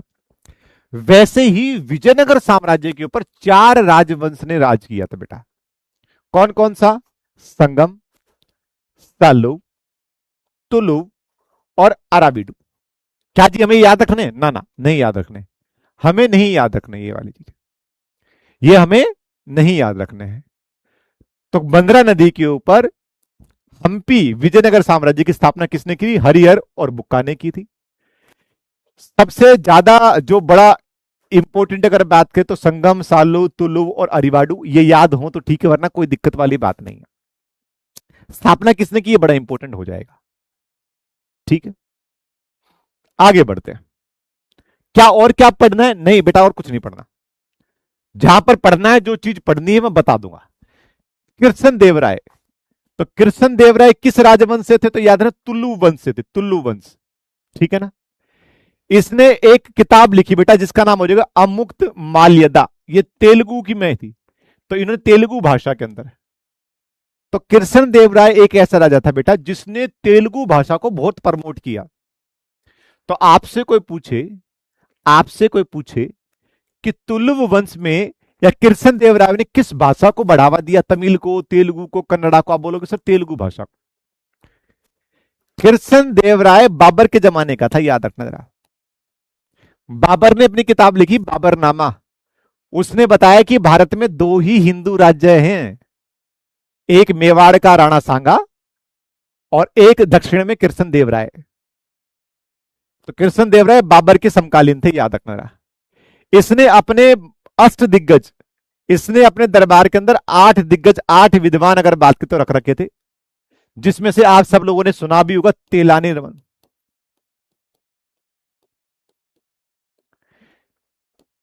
तेलानी रामा सुना ही नहीं सुना? इसकी कहानियां, इसकी आपने किससे सुने होंगे? तो आपसे पूछा जाए कि कृष्ण देव राय ने या किस राजा ने अपने 8 दिग्गज, अष्ट दिग्गज, 8 विद्वान रख रखे थे?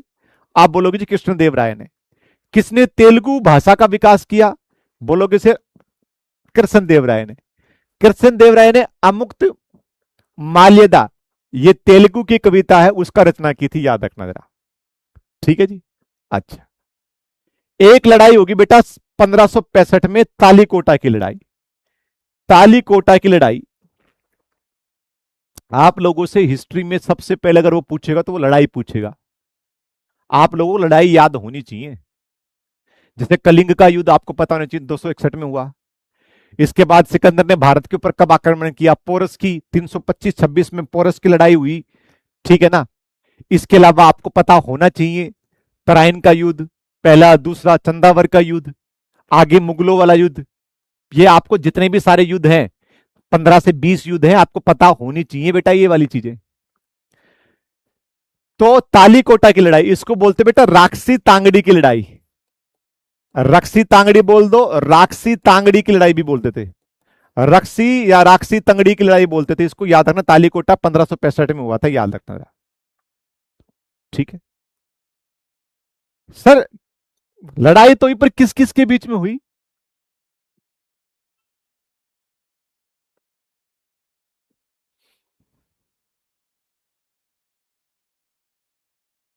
बिट्टू यादव क्या है फिर? मेरे को लग रहा है इस बिट्टू का इलाज करना पड़ेगा। क्या बोलते भाई लोगों, बताओ जरा। ये वैसे तो नहीं मानेगा।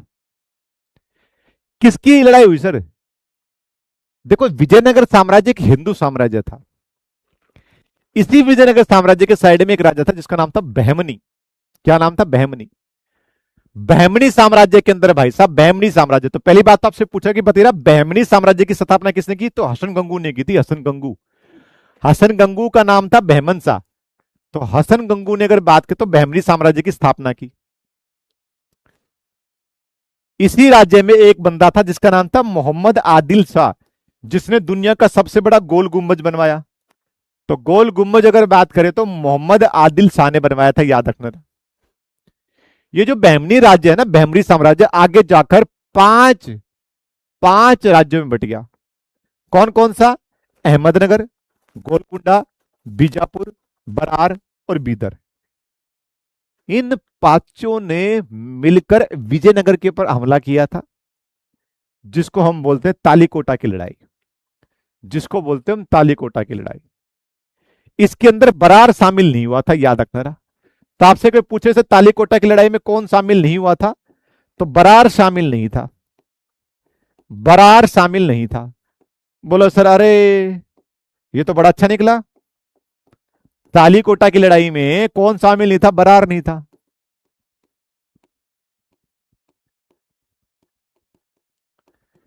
कौन शामिल नहीं था? बरार शामिल नहीं था। बरार शामिल नहीं था, याद रखना, बरार। आप बोले ये तो बहुत अच्छा निकला सर। ये तो बरार शामिल इसलिए नहीं था क्योंकि बरार किसी और के साथ लड़ाई कर रहा था। अगर बरार खाली होता तो बरार इनका ही साथ देता, क्योंकि सारे मुस्लिम साम्राज्य हैं। ठीक है जी। अब बात करते हैं मुगल साम्राज्य के बारे में। मुगल साम्राज्य 1526 में बाबर के द्वारा स्थापित किया गया। 1707 में औरंगजेब के मरने के बाद हो गया खत्म। सिंपल सी बात है। खत्म तो 1857 में जाके हुआ था, बहादुर शाह जफर को बर्मा भेज दिया था, उसके बाद में खत्म हुआ था 1857 में। वैसे तो मुगल साम्राज्य, लेकिन ऑफिशियली 1857 में हुआ था। वैसे तो 1707 के बाद में खत्म ही था सब कुछ। भाई साहब, सबसे पहले आया बाबर। बाबर आया 1526 से 1530, 4 साल। जैसे कुतुबुद्दीन ऐबक था 4 साल, ये भी ये 4 ही साल था। बाबर बाबर ने भाई साहब इमरान लोधी को हराया 1526 में पानीपत की पहली लड़ाई। 4 साल रहा, 4 युद्ध लड़के गया, 1526, 1527, 1528 और 1529। 1526 में पानीपत का युद्ध। पानीपत, पानीपत का युद्ध कौन था? लोधी, इब्राहिम लोधी। 27 में था खानवा का युद्ध। खानवा, खानवा का युद्ध किसके साथ में? राणा सांगा के साथ में, खानवा का युद्ध। 1728 में चंदेरी का युद्ध। चंदेरी, चंदेरी कौन था? मेदिनी राय, मेदिनी राय के खिलाफ। और 1529 में घाघरा का युद्ध। घाघरा का युद्ध अफगानों के लिए, अफगानों से 4 लड़ाई लड़ी थी बाबर ने, याद रखना बेटा। 1526 में किसके साथ में लड़ी? इब्राहिम लोधी के साथ में लड़ी। इब्राहिम लोधी एकमात्र राजा था, सोच के देखो जरा। हमारे राजा महाराजा भाई साहब, हमारे मतलब हमारे देश की बात कर रहा हूं मैं हिंदुओं की नहीं बात कर रहा हूं, मैं अपने देश के राजा महाराजा की बात कर रहा हूं। हमारे राजा महाराजा और भाई साहब राजपुताना, राजस्थान के राजा महाराजा भाई साहब या तो जीत कर आते थे या वीरगति को प्राप्त होते थे। कब थी दिल्ली सल्तनत की स्थापना? कब हुई थी? 1206 में हुई थी। और कब तक थी? 1526 तक। मतलब अगर इसको घटाओगे तो आपको पता लगेगा 320 साल थे सर ये। 320 साल। 320 साल में एकमात्र राजा जो युद्ध के मैदान में मारा गया, एकमात्र राजा जो युद्ध के मैदान में मारा गया वो लोधी था। सोच के देखो।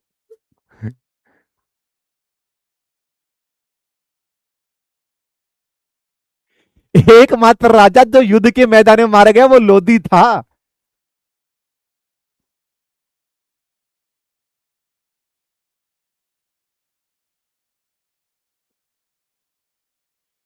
इसी पानीपत की लड़ाई में याद रखना तोपों का इस्तेमाल हुआ था, तोप और बारूद का इस्तेमाल हुआ था, याद रखना रहा, तोप और बारूद। अरे यार एक बोलते होते हैं यार ये लोग, ये मुस्लिम लोग क्या बोलते हैं यार, मैं भूल गया यार। जिहाद। खानवा की लड़ाई में पहली बार अगर बात करें तो जिहाद का इस्तेमाल हुआ था, जिहाद। तो जिहाद, राणा सांगा, राणा सांगा अपने जीवन में कोई भी युद्ध नहीं हारा था, सिर्फ और सिर्फ 1527 वाला राणा सांगा हार गया था। सिर्फ और सिर्फ आखिरी युद्ध था जिसका पहला और आखिरी युद्ध था जिसमें यह हारा गया, राणा सांगा।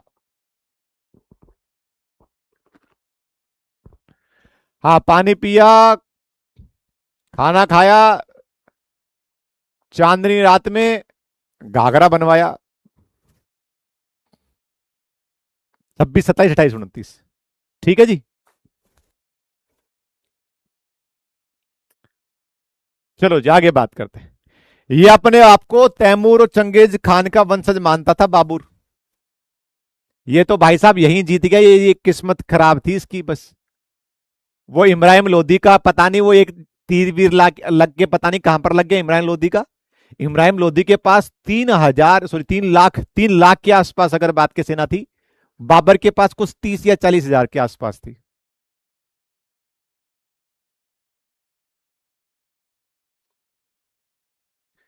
यस, नहीं सर आपने गलत पढ़ा है। क्या गलत पढ़ा है?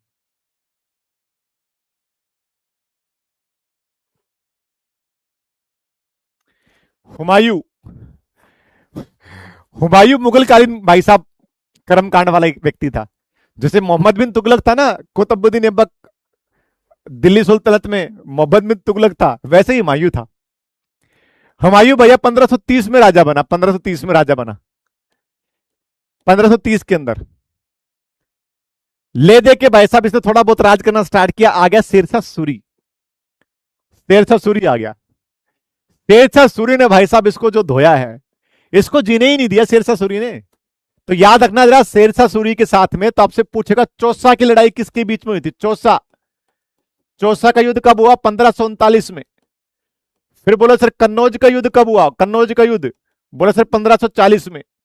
ये किसके बीच में हुआ? शेरशाह शेरशाह सूरी और अगर बात करें तो हुमायूं के बीच में हुआ था। दोनों में हुमायूं ने, सॉरी, शेरशाह सूरी ने हुमायूं का बक्कल तारा भाई साहब, बढ़िया वाला। ठीक है ना। ये 1540 में भाई साहब नदी बदी में कूद गया था, वो तो चलो ठीक है, एक नाविक ने बचा लिया था, वरना ये मारा जाता। फिर ये राजपूताना राजा, राजस्थान के राजा अगर बात करें तो अमर सिंह के पास रहा, वहीं पर अकबर का जन्म हुआ। पता नहीं कैसे जन्म हुआ भाई, भगवान जाने, क्योंकि ये तो अपने रानी को छोड़ के अपने मामा के घर चला गया था, बोला मैं देश में रहूंगा नहीं जब तक शेरशाह सूरी है, जब तक मैं रहूंगा ही नहीं भारत में, मारा जाऊंगा नहीं तो।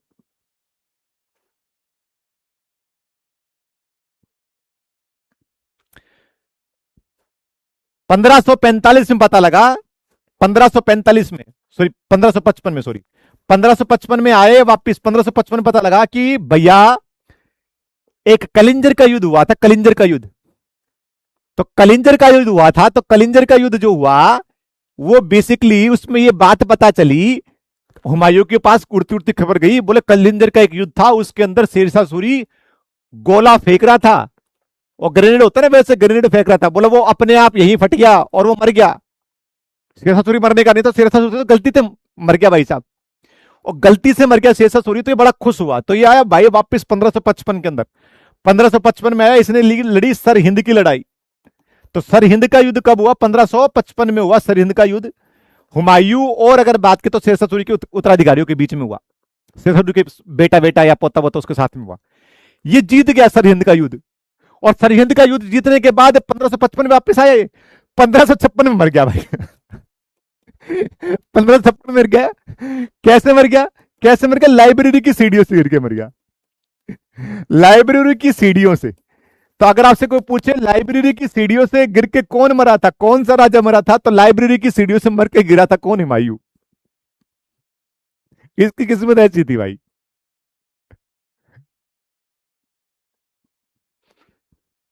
ठीक है, मजा आ रहा है नहीं आ रहा पढ़ते हुए, मुझे बता दो बस एक बार। लग रहा अपन हिस्ट्री पढ़ रहे हैं। फिर आया भाई सब शेरशाह सूरी। ये शेरशाह सूरी तो आ ही गया था, चलो बीच में हम पढ़ा देते हैं। शेरशाह सूरी, शेरशाह सूरी बंदा भाई साहब मस्त था। इसने सूरी साम्राज्य की स्थापना की 1540 से 1555 के अंदर। इसने साम्राज्य को सरकारों में, सरकारें मतलब जैसे कि आपका राज्य है भाई साहब, जैसे कि राज्य हो गए, सूबे हो गए, आजकल हम राज्य बोल देते हैं, स्टेट बोल देते हैं, वैसे इसने डिवाइड करना स्टार्ट कर दिया। इसने जो काम किया वो करते हैं। पहली बात तो भाई साहब इसका मकबरा बहुत बार पूछा गया है, सासाराम के अंदर मकबरा है, ये बहुत बार पूछा गया पीवाई, क्योंकि शेरशाह सूरी का मकबरा कहां है? सासाराम। सासाराम कहां है बेटा? बिहार में है, बिहार में। ठीक है ना।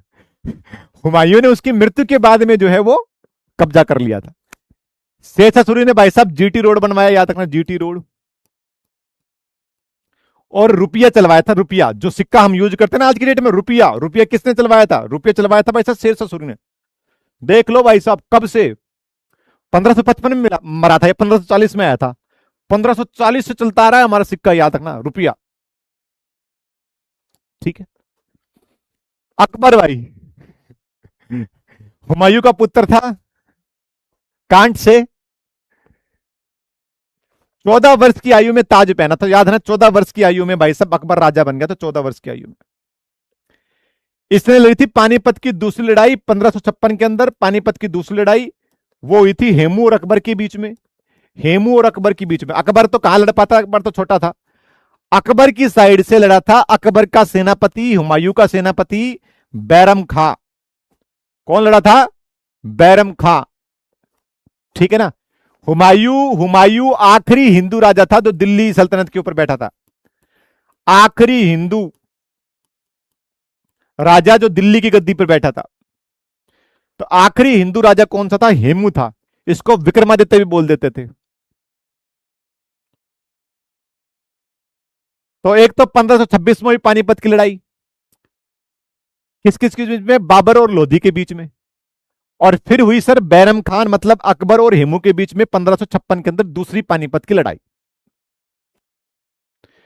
पेटीकोट शासन किसके शासनकाल में चला? पेटीकोट, पेटीकोट शासन चला अकबर के शासनकाल में, क्योंकि छोटा था, 14 साल का था।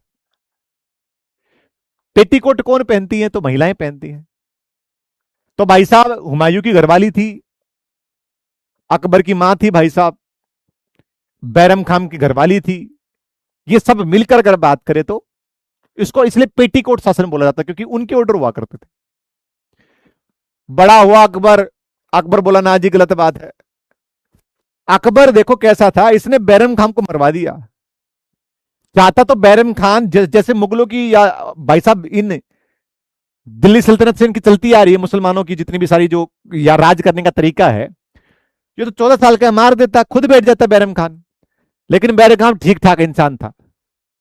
बैरम खान हुमायूं बोला भाई मेरे बेटे को जो है ना संभालना, बोला ठीक है जी चिंता मत करो।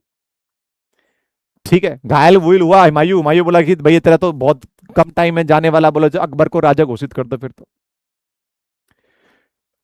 इसने क्या किया, अकबर 18-19 साल का जो हुआ, बोला चाचा एक काम करो, तुम जाओ हज पर, अब जाओ बहुत हो लिया, तुम्हारा टाइम पूरा हो लिया, अब तू जा भाई हज वगैरह पे जा।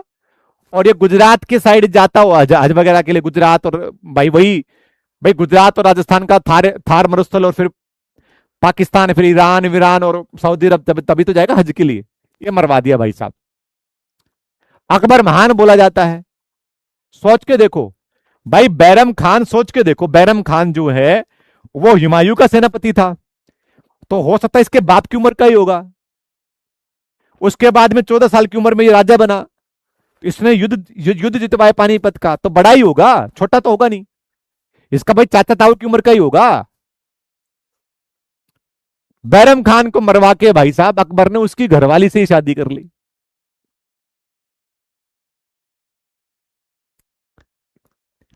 चलो, कुछ काम किए भी अच्छे थे, अकबर शाना था, बोला अब वहां तो जाना नहीं, यहीं रहना, यहीं रहना, तो कुछ कुछ हाँ में हाँ मिलाते रहना चाहिए, जैसे आजकल हमारी सरकार करती है ना। थोड़ा बहुत कुछ हो जाए तो मैटर को पलटने के लिए कुछ ना कुछ तो लेकर आ ही जाते। तो युद्ध बंदियों की दासता, तो युद्ध बंदियों को अगर भाई यहां युद्ध हो गया, युद्ध में अगर बंदी बना लिएगा तो तुम्हें जो है गुलाम नहीं बनाएंगे, हम याद रखना जरा। जजिया का हटा लिया था, जजिया का हटा लिया था, नई राजधानी बना ली थी, नई राजधानी बनाई थी फतेहपुर सीकरी, फतेहपुर सीकरी नई राजधानी बनाई थी। बुलंद दरवाजा, बुलंद दरवाजा बनवाया था इसने गुजरात जीतने के ऊपर। तो आपसे कोई पूछे बुलंद दरवाजा किसने बनवाया, तो बुलंद दरवाजा बनवाया सब अकबर ने। पर अकबर ने कब बनवाया बुलंद दरवाजा? अकबर ने बुलंद दरवाजा बनवाया गुजरात विजय के ऊपर। गुजरात को एक बार इसने जीता था, तो इसने जीवन में पहली बार देखा कि अरे भाई साहब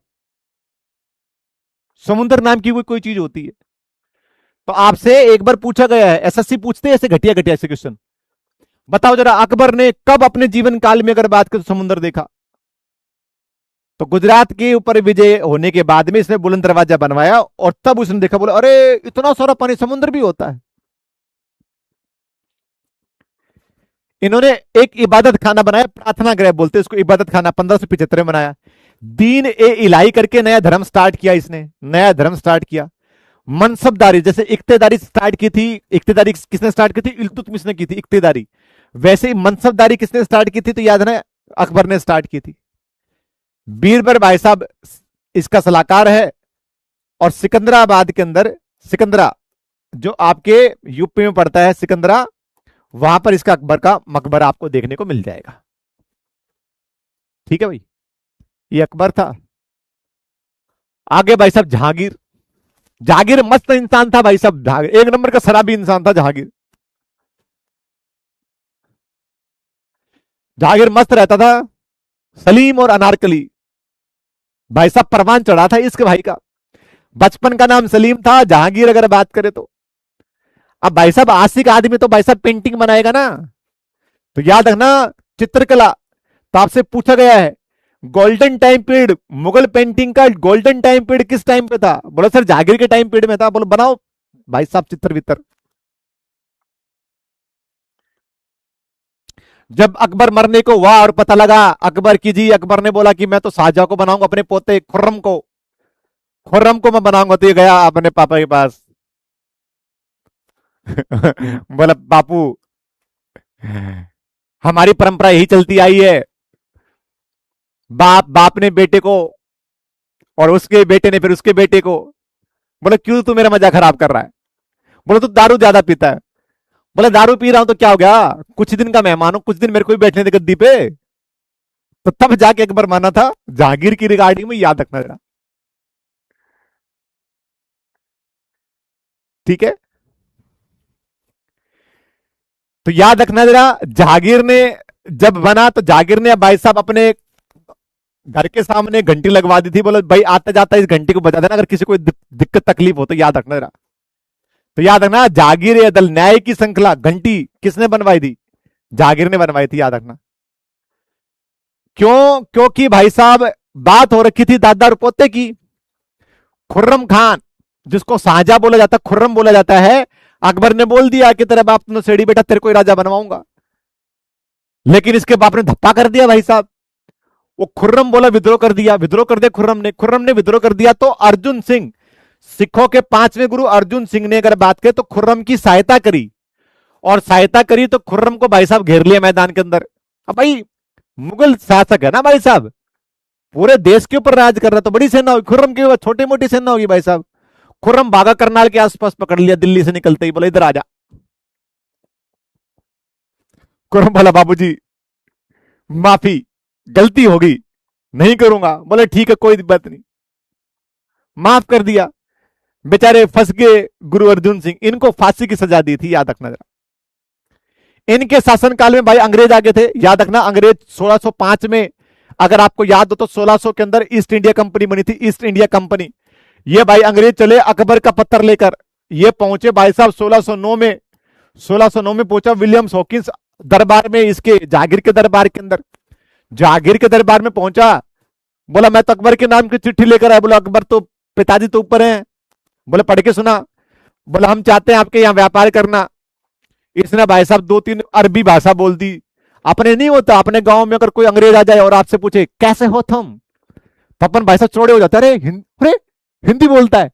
तो इसने इसलिए इंग्लिश हॉकिंस को इसने इंग्लिश खां की उपाधि दी थी, इंग्लिश खां। बोले ये तो इंग्लिश खान है भाई साहब, इसने तो दो तीन भाषा बोल दी भाई साहब, तुर्की वुर्ती फारसी वारसी के एक आधे शब्द बोल दिए। लेकिन लेकिन फैक्ट्री खोलने की, बोले फैक्ट्री नहीं खोलने दूंगा, फैक्ट्री नहीं खोलने दूंगा। बोले ये ले जमीन थोड़ी सी, जैसे किले होते हैं, जैसे एक दो एकड़ बोल दिए, मनसबदारी एक आधा मनसबदारी 2500 मनसबदारी दे दी। बोले इंग्लिश कहां है तू, मौज मार। बोले इतनी की कौन जरूरत है, हमने और चाहिए। बोले अभी नहीं है। तो बोलो कुछ करो, बोले करो तो तभी कुछ करें। इसीलिए याद रखना जरा, इसलिए याद रखना, एक लड़ाई होती है, सवाली की लड़ाई होती है, सवाली की लड़ाई। मैं पढ़ाऊंगा आगे, पुर्तगालियों की और अंग्रेजों की। पुर्तगालियों ने नाक में दम कर रखा था पूरे उसमें, क्योंकि पुर्तगाली बोलता था कि भाई साहब चलो चलो जमीन पे तुम्हारा राज है, लेकिन पानी पर हमारा राज है। और व्यापार करोगे भाई साहब, व्यापार तो करोगे ही ना, तभी तो कोई राज्य कैसे चलता है, व्यापार करते तब चलता है ना। बोले कि भाई तुम जमीन पर, तुम मुगल शासन तुम्हारा जमीन के ऊपर, हमें इससे तो कोई लेने देना नहीं, हम तुम्हें सेदेंगे नहीं, कोई तकलीफ नहीं देंगे। लेकिन तुम पानी पर जाओगे, तुम्हारा जहाज पानी में जाएगा, तुमसे हम टैक्स लेंगे। मुगल हो रखे थे परेशान। अंग्रेजों ने जो है वो सवाली की युद्ध में पुर्तगालियों को धोकर मारा भाई साहब, और फिर जहांगीर हो गया पर्सन। बोला भाई साहब ये कमाल की चीज है। उस टाइम पर थॉमस रो था, थॉमस रो भाई साहब 1615 के अंदर थॉमस रो अजमेर में था, अजमेर पहुंच गया। अजमेर से भाई साहब साथ साथ दिल्ली आया जहांगीर के पास। इसने बताया हमने सवाली में ये काम किया। बोला अच्छा पुर्तगालियों को धो दिया। बोला अच्छा। बोला भाई साहब बड़ा नाक में दम कर रखा था। बोला तुम एक काम करो, वहीं जाओ गुजरात के अंदर, और वहीं सूरत के अंदर तुम क्या करो, फैक्ट्री खोलो। तो पहली फैक्ट्री अंग्रेजों की, पहला कारखाना अंग्रेजों का विलियम्स हॉकिंस को नहीं मिला था, थॉमस रो को मिला था, याद रखना जरा, ठीक है जी। ये वगैरह, तो सूरत में अंग्रेजों को फैक्ट्री खोलने की स्थापना दे दी थी भाई साहब जहांगीर ने, ठीक है। इसके बाद है खुर्रम। खुर्रम बोला पिताजी जाओ, अब तो बहुत दिन हो गए भाई, बहुत दिन हो गए, अब तो तुम जाओ। पिताजी जिंदा रह गया भाई साहब, जीवित रह गया। बोला ना ऐसे तो नहीं मानेगा भाई साहब, ऐसे तो नहीं मानेगा। इसने भाई साहब क्या किया, इसने अगर बात करे तो अपने बाप को कैद कर लिया, जहांगीर ने, सॉरी इसने शाहजहां ने। बोला ऐसे तो मानने वाला नहीं है पिताजी, चल अब टाइम होगा निकल अब। बोले टाइम खोटी कर रहा है। तो जहांगीर के बाद कौन बना, शाहजहां। शाहजहां अगर बात करें, शाहजहां भाई साहब पापा से नेक्स्ट लेवल का आशिक भाई साहब शाहजहां। बोला पापा ने तो सिर्फ चित्रकारी कराई थी ना, सिर्फ पेंटिंग बनवाई थी पापा ने, हम बनवाएंगे भाई साहब ताजमहल। तो भाई ने सारा का सारा धन दौलत जितनी सारी थी ताजमहल पे लुटा दी। ताजमहल, मुमताज, मुमताज वो पता नहीं उसके कौन से नंबर की बीबी थी, और मुमताज पता नहीं उसके कौन से नंबर का 14वां 15वें नंबर का बच्चा पैदा करते हुए मारी गई बेचारी। ये तो ताजमहल हम पढ़ते हैं। तो ताजमहल का निर्माण स्टार्ट हुआ, याद रखना जरा, 1631 में स्टार्ट हुआ भाई साहब। देखो 20 साल में जाके 1653 में अगर बात करते जाके पूरा हुआ। ठीक है, इसने भाई साहब आगरा से राजधानी स्थानांतरित कर दी, तो आगरा से लेकर आएगा दिल्ली भाई साहब। ठीक है, लाल किला बनवाया वहां पर, जामा मस्जिद बनवाई वहां पर, मयूर सिंहासन का निर्माण करा, मयूर सिंहासन का। अब देखो बाप जैसा है तो वैसा बेटा, और जैसा बेटा वैसा पोता। औरंगजेब ने देखा कि भाई साहब जहांगीर जो मेरा दादा है वो मेरे बाप ने कैद कर लिया है और खुद गद्दी पे बैठ गया है। बोले ये तो बड़ी तगड़ी स्कीम है, क्यों ना मैं भी अपनाऊं। जैसे खुर्रम के साथ में हुआ था, अकबर ने बोला खुर्रम को, खुर्रम मतलब याद है ना शाहजहां खुर्रम था, कि बेटा मैं तेरे को बनाऊंगा राजा। बीच में कौन आ गया? जहांगीर आ गया। शाहजहां के 4 थे भाई साहब, शाहजहां के 4 बेटे थे। शाहजहां बड़ा सियाना था। शाहजहां का जो प्रिय था वो था दारस दारा सिको था, याद है ना। शाहजहां का फेवरेट कौन सा था? दारा सिको। दारा सिको भाई साहब मस्त मौला आदमी था, हिंदू धर्म से बड़ा प्रभावित था। इसने भाई साहब हिंदू विंदू वेदों वेदों को बहुत पढ़ा, वो सारी चीजें करी, मस्त बंदा था। और हमारे धर्म में कभी चीज सिखाई नहीं जाती, मारना काटना वितना, तो बेचारे मारा गया। इसने क्या कर रखा? इसने दारा किसो को अपना अपने अपने अपने पास रखा। एक बंदा था भाई साहब इसने ईस्ट में भेज रखा, एक बंदा वेस्ट में भेज रखा, एक बंदा अपने अपना बेटा ईस्ट में भेज रखा, एक अपने साउथ में भेज रखा। क्यों? बोला ये चारों के चारों यार आएंगे तो आपस में सिर फोड़ेंगे, तो इसलिए तुम एक काम करो, तुम साउथ में जा भाई साहब। और औरंगजेब साउथ में था। औरंगजेब को खबर पता लगी भाई साहब कि पिताजी ने तो दारा सिको को जो है ना बना लिया राजा। बोले मेरे को यहां पर भाई साहब दक्षिण में छोड़ दिया, वहां अपने पास बैठा, वो ऐसे कैसे बना देगा। इसके लिए बहुत सारे युद्ध हुए थे, वो आपको जानने की जरूरत नहीं, बस एक थोड़ी सी कहानी बता देता हूं मैं। बोला भाई साहब इन दोनों भाइयों को बोला, अरे बोले तुम दोनों हो, तुम दोनों योग्य हो। वो मिर्जापुर वाली बात है कि बहुत दुख होता है जब तुम योग्य हो और तुम्हारी कोई बात ना माने, तुम्हें कोई वैल्यू ना दे। औरंगजेब बड़ा चालाक था भाई साहब। औरंगजेब ने भेजा भाई साहब पहले इसको भेजा दारा सिको भाई साहब। दारा सिको सिंपल सी बात है, मुगल सेनापति, मुगल शासन शाहजहां मार दिया भाई साहब। अब इसको बोला ना जी भैया गलत बात है, आपने इसको कहा था। बोला अरे मैं आ नहीं पाया, तो एक काम कर, तू तू तू चल आगे जाके, मैं तेरे पीछे पीछे आ रहा हूं। ये भी निपटा दिया। अब बचा कौन? औरंगजेब बचा और दारस। औरंगजेब क्योंकि दक्षिण भारत के अंदर बहुत सारे राजा हुआ करते थे, और दक्षिण भारत के अंदर औरंगजेब ने इतनी खतरनाक लड़ाई लड़ी थी, इतने ज्यादा अगर बात करते एक्सपीरियंस था औरंगजेब के पास, इतनी बड़ी सेना थी, क्योंकि ये वाली सेना भी इसके पास आ गई, ये वाली सेना भी इसके पास आ गई, इक्वल इक्वल मुकाबला हो गया, खत्म ही कर दिया दारस को। कौन बना? औरंगजेब बना। कौन बना? औरंगजेब बना। औरंगजेब को बोलते हैं आलमगीर, जिंदा पीर कहा जाता था भाई साहब, इसको जिंदा पीर कहा जाता था, जिंदा पीर। तो जिंदा पीर कौन था? औरंगजेब था, याद रखना। औरंगजेब ने अपनी भाई साहब घरवाली के लिए, दिलरास बानो के लिए औरंगाबाद में बीबी का मकबरा बनवाया। बीबी का मकबरा बनवाया क्यों? क्योंकि ताजमहल तो नहीं बनवा सकता था, क्योंकि सारा खजाना तो पिताजी ले गए। ताजमहल संगमरमर का भाई साहब बनवा दिया। बोला जी पिताजी ने कुछ किया तो मैं भी कुछ करूंगा। पापा ने सफेद पत्थर लगाया, मैं काला पत्थर लगाऊंगा। ये काले पत्थरों से बना हुआ है, तो बेसिकली अगर बात करें इसको काला ताजमहल भी बोलते हैं। काला ताजमहल या सस्ता ताजमहल या ताजमहल की कॉपी भी बोल देते, याद रखना जरा।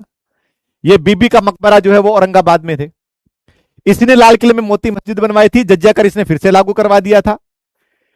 इन्हीं ने भाई साहब गुरु तेग बहादुर, जो सिखों के 9वें गुरु थे, गुरु तेग बहादुर, इनका शीश कटवा दिया था, इसीलिए आपने कभी दिल्ली में जाओगे तो आपको शीश महल गुरुद्वारा देखने को मिलेगा। शीश महल गुरुद्वारा, शीश महल गुरुद्वारा, ठीक है जी, शीश महल गुरुद्वारा। हाँ, इसी औरंगाबाद को अगर बात करें तब संभाजी नगर कर दिया गया, बिल्कुल सही। इसी औरंगाबाद को क्या कर दिया गया, संभाजी नगर कर दिया गया। क्या खतरनाक मूवी बनाई भाई साहब, छावा। ये देखो मूवी ऐसी थी तो भाई साहब वो बंदा कैसा होगा यार, सोच के देखिए जरा, जिसने अकेले ने पूरे मुगल सल्तनत को खा लिया।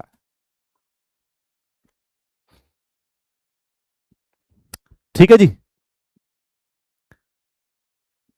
मराठा साम्राज्य, मराठा साम्राज्य, छत्रपति शिवाजी महाराज 6 जून 1674 के अंदर अगर बात करें तो रायगढ़ के अंदर शिवाजी का राज्य अभिषेक हुआ था, याद रखना।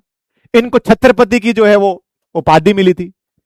इनको हिंदू धर्मोदर, हिंदू धर्म के रक्षक के बारे में बोला गया। एकमात्र राजा जो पूरे इस्लाम की आंधी में, पूरे मुगल कालीन की आंधी में हिंदू पताका अगर बात करें, मैं यहां किसी के खिलाफ नहीं हूं बेटा, लेकिन बात यही होती है, धर्म जो है वो शांति सिखाता है। धर्म बताता है कि सबको साथ लेकर चलना। धर्म बताता है कि चीजों को अगर बात करें तो हमें अच्छे नजरिए से देखना, हमें अच्छा समाज बनाना। ठीक है ना। मेरे बहुत सारे जो है वो मुस्लिम भाई बंधु देख भी रहे होंगे क्लास को, हो सकता है उनको मिसअंडरस्टैंडिंग हो, बट ऐसा नहीं है बेटा। अच्छी चीजें भी हुई हैं, बुरी चीजें भी हुई हैं। अच्छी चीजों को भी बताया गया है, बुरी चीजों को भी बताया गया है। बात करें शिवाजी ने औरंगजेब के शासनकाल में अगर बात करें तो अपने साम्राज्य की स्थापना की थी। शिवाजी महाराज की अगर बात करें तो गुरु का नाम था समर्थ रामदास जी महाराज। सर समर्थ रामदास जी महाराज याद ना शिवाजी के गुरु थे। ठीक है। 1665 में पुरंदर की संधि, तो पुरंदर की संधि किस किस के बीच में हुई थी? राजा जयसिंह था मुगलों की साइड से, मुगलों की साइड से, और शिवाजी महाराज के बीच में हुई थी, छत्रपति शिवाजी के महाराज के बीच में पुरंदर की संधि हुई थी 1665 के अंदर। तो 1674 में रायगढ़ में शिवाजी का राज्याभिषेक हुआ था, 1665 के अंदर पुरंदर की संधि हुई थी, याद रखना जरा। ठीक है, बाकी आपको पढ़ने की जरूरत नहीं है। चौथ एक कर होता था, चौथ, चौथ मराठा आक्रमण से बचने के लिए था, और सरदेशमुखी थे भी मराठा आप लोगों की रक्षा करेंगे। तो 2 कर हुआ करते थे, चौथ कर हुआ करता था, एक सरदेशमुखी कर हुआ करता था। ठीक है जी। अष्ट दिग्गज आप सब लोगों ने पढ़ा होगा, अष्ट दिग्गज, अष्ट दिग्गज आपने पढ़ा होगा, अष्ट दिग्गज जो विजयनगर साम्राज्य में था। वैसे ही अष्ट प्रधान था, तो अष्ट दिग्गज थे कृष्णदेवराय के शासनकाल में, तेलुगु भाषा का विकास किया था, याद रखो, तेलानी नमन वाला। अष्ट प्रधान, पेशवा, पेशवा को प्राइम मिनिस्टर बोला जाता था, अमात्या को फाइनेंस मिनिस्टर बोला जाता था, वल्का नवीस को होम मिनिस्टर बोला जाता था। तो ये आपको याद करने की जरूरत नहीं है वैसे। ठीक है जी। तो ये था जी हमारी पूरा का पूरा अगर बात करें तो मिडल हिस्ट्री, मिडिवल हिस्ट्री, मध्यकालीन इतिहास। आप इनको सबको क्वेश्चन को कर लेना, ये आपको सारी की सारी चीजें आपकी इसमें से हो जाएंगी। होपफुली आप लोगों को सेशन अच्छा लगा होगा। अब बताओ भाई साहब, किसी को दिक्कत तकलीफ, कोई समस्या परेशानी वगैरह हो तो बताइएगा।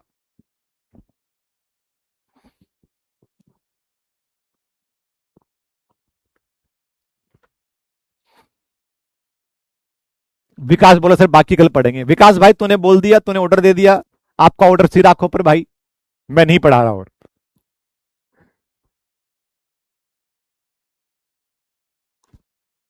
बताइए रहा।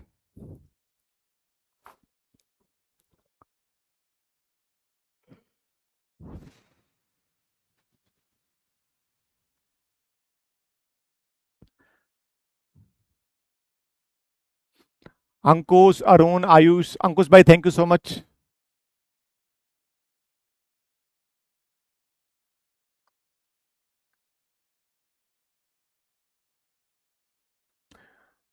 रोहित वैसे लिख देता, थम्स अप इमोजी क्यों लिख रहा है? रोहित वैसे लिख देता भाई साहब।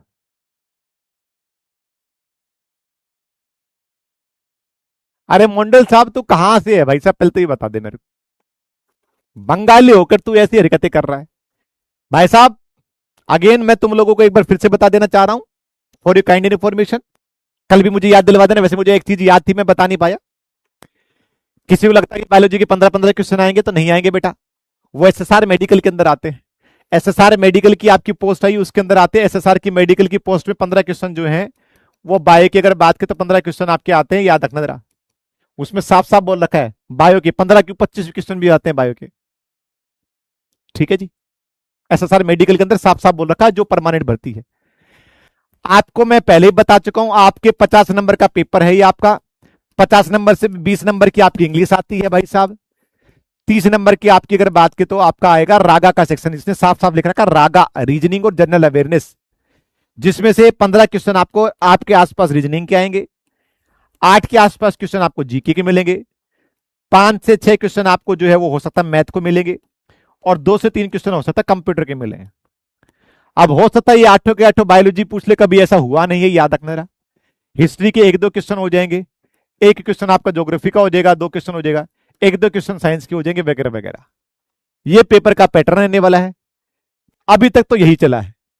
अब तुम लोगों की किस्मत भाई साहब खराब है तो मैं कुछ नहीं कर सकता। हो सकता है जी रीजनिंग के वो 5 क्वेश्चन दे दे और बायो के वो 10 दे दे, ठीक है ना, बायो के वो 10 दे दे। तो मैं तो ये आज तक तो फॉलो हुआ नहीं है, मैं कुछ बोल नहीं सकता। क्यों? क्योंकि पेपर आपका बाहर आता ही नहीं है, किसी के पास ओरिजिनल पेपर नहीं होता है। बच्चे बताते हैं वो सारी की सारी चीजें मैं आपको बता रहा हूं। मेरी जिम्मेवारी होती है सही इंफॉर्मेशन आप लोगों तक प्रोवाइड करना। आप लोग अब उसको मानते हो या नहीं मानते हो, अब वो आपके ऊपर डिपेंड करता है बेटा। अब ये आपके ऊपर डिपेंड करता है भाई।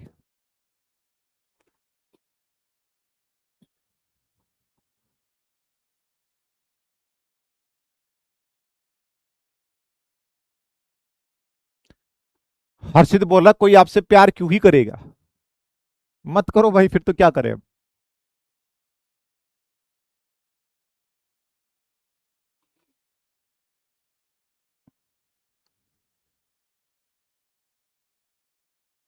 चीज समझ में आ गई। एसएसआर मेडिकल का आप देखो, देखो समझदार इंसान क्या करेगा पता है, समझदार इंसान जाएगा और एयरफोर्स का मेडिकल असिस्टेंट का, मेडिकल अगर बात करें तो है ना, एयरफोर्स का मेडिकल असिस्टेंट का नोटिस डाउनलोड करेगा, ऑफिशियल नोटिस डाउनलोड करेगा, और वो एसएसआर मेडिकल का ऑफिशियल नोटिफिकेशन डाउनलोड करेगा। इसके अंदर भी पेपर का पैटर्न बता रखा है और इसके अंदर भी पेपर का पैटर्न बता रखा है। बात ही खत्म, बात ही खत्म। पता है मुझे हर्षित भाई, पता है मुझे। धुरंधर मूवी का रिव्यू? मैंने क्या धुरंधर मूवी, बढ़िया बनाई है, ठीक है, अच्छी बनाई है, लेकिन वो मार काट फालतू की चीज दिखाई जा रही है, गलत बात होती है, ये गलत बात है। ऐसे ही एनिमल के अंदर फालतू की बकवासबाजी दिखा रखी है। मूवी होना चाहिए जो समाज को, सोसाइटी को बदले, अच्छी शिक्षा दे, अच्छी चीजें दिखे। अरे मंडल साहब आप सिलीगुड़ी से हैं, अरे भाई भाई तू रैंक लेकर आ जा, और फिर तू ये बोलना कि मैं तो रवि सर से ही जो है वो मिलूंगा, तो मैं सिलीगुड़ी तेरे से मिलने के लिए आ जाऊंगा। भाई साहब बहुत बढ़िया है सिलीगुड़ी जगह, बागडोगरा एयरपोर्ट हो जाएगा वहां पर।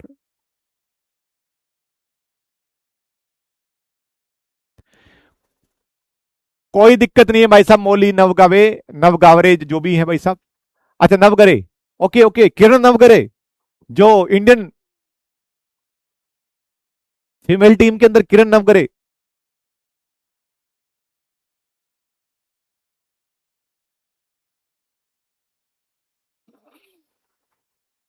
हर्षित भाई ये मीम मीम थोड़ा सा कम याद रखे, ठीक है ना। अब मैं कुछ पूछ लूंगा ना अभी तो खेल खत्म हो जाएगा यहीं पर, समझ में आया। फिर मैं फिर मैं क्या लिखूंगा, फिर मैं ऐसे लिखूंगा, ऐसे।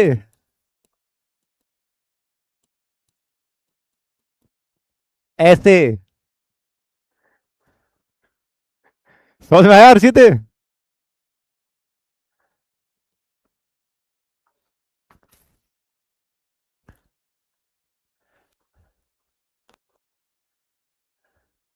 कोई प्रॉब्लम नहीं आती बेटा, कोई प्रॉब्लम नहीं आती। अपेंडिक्स क्या है, अपेंडिक्स हमारे अलग ही चीज होती है बस, कोई दिक्कत नहीं है। अपेंडिक्स में कोई दिक्कत नहीं है, मजे मारो तुम लोग।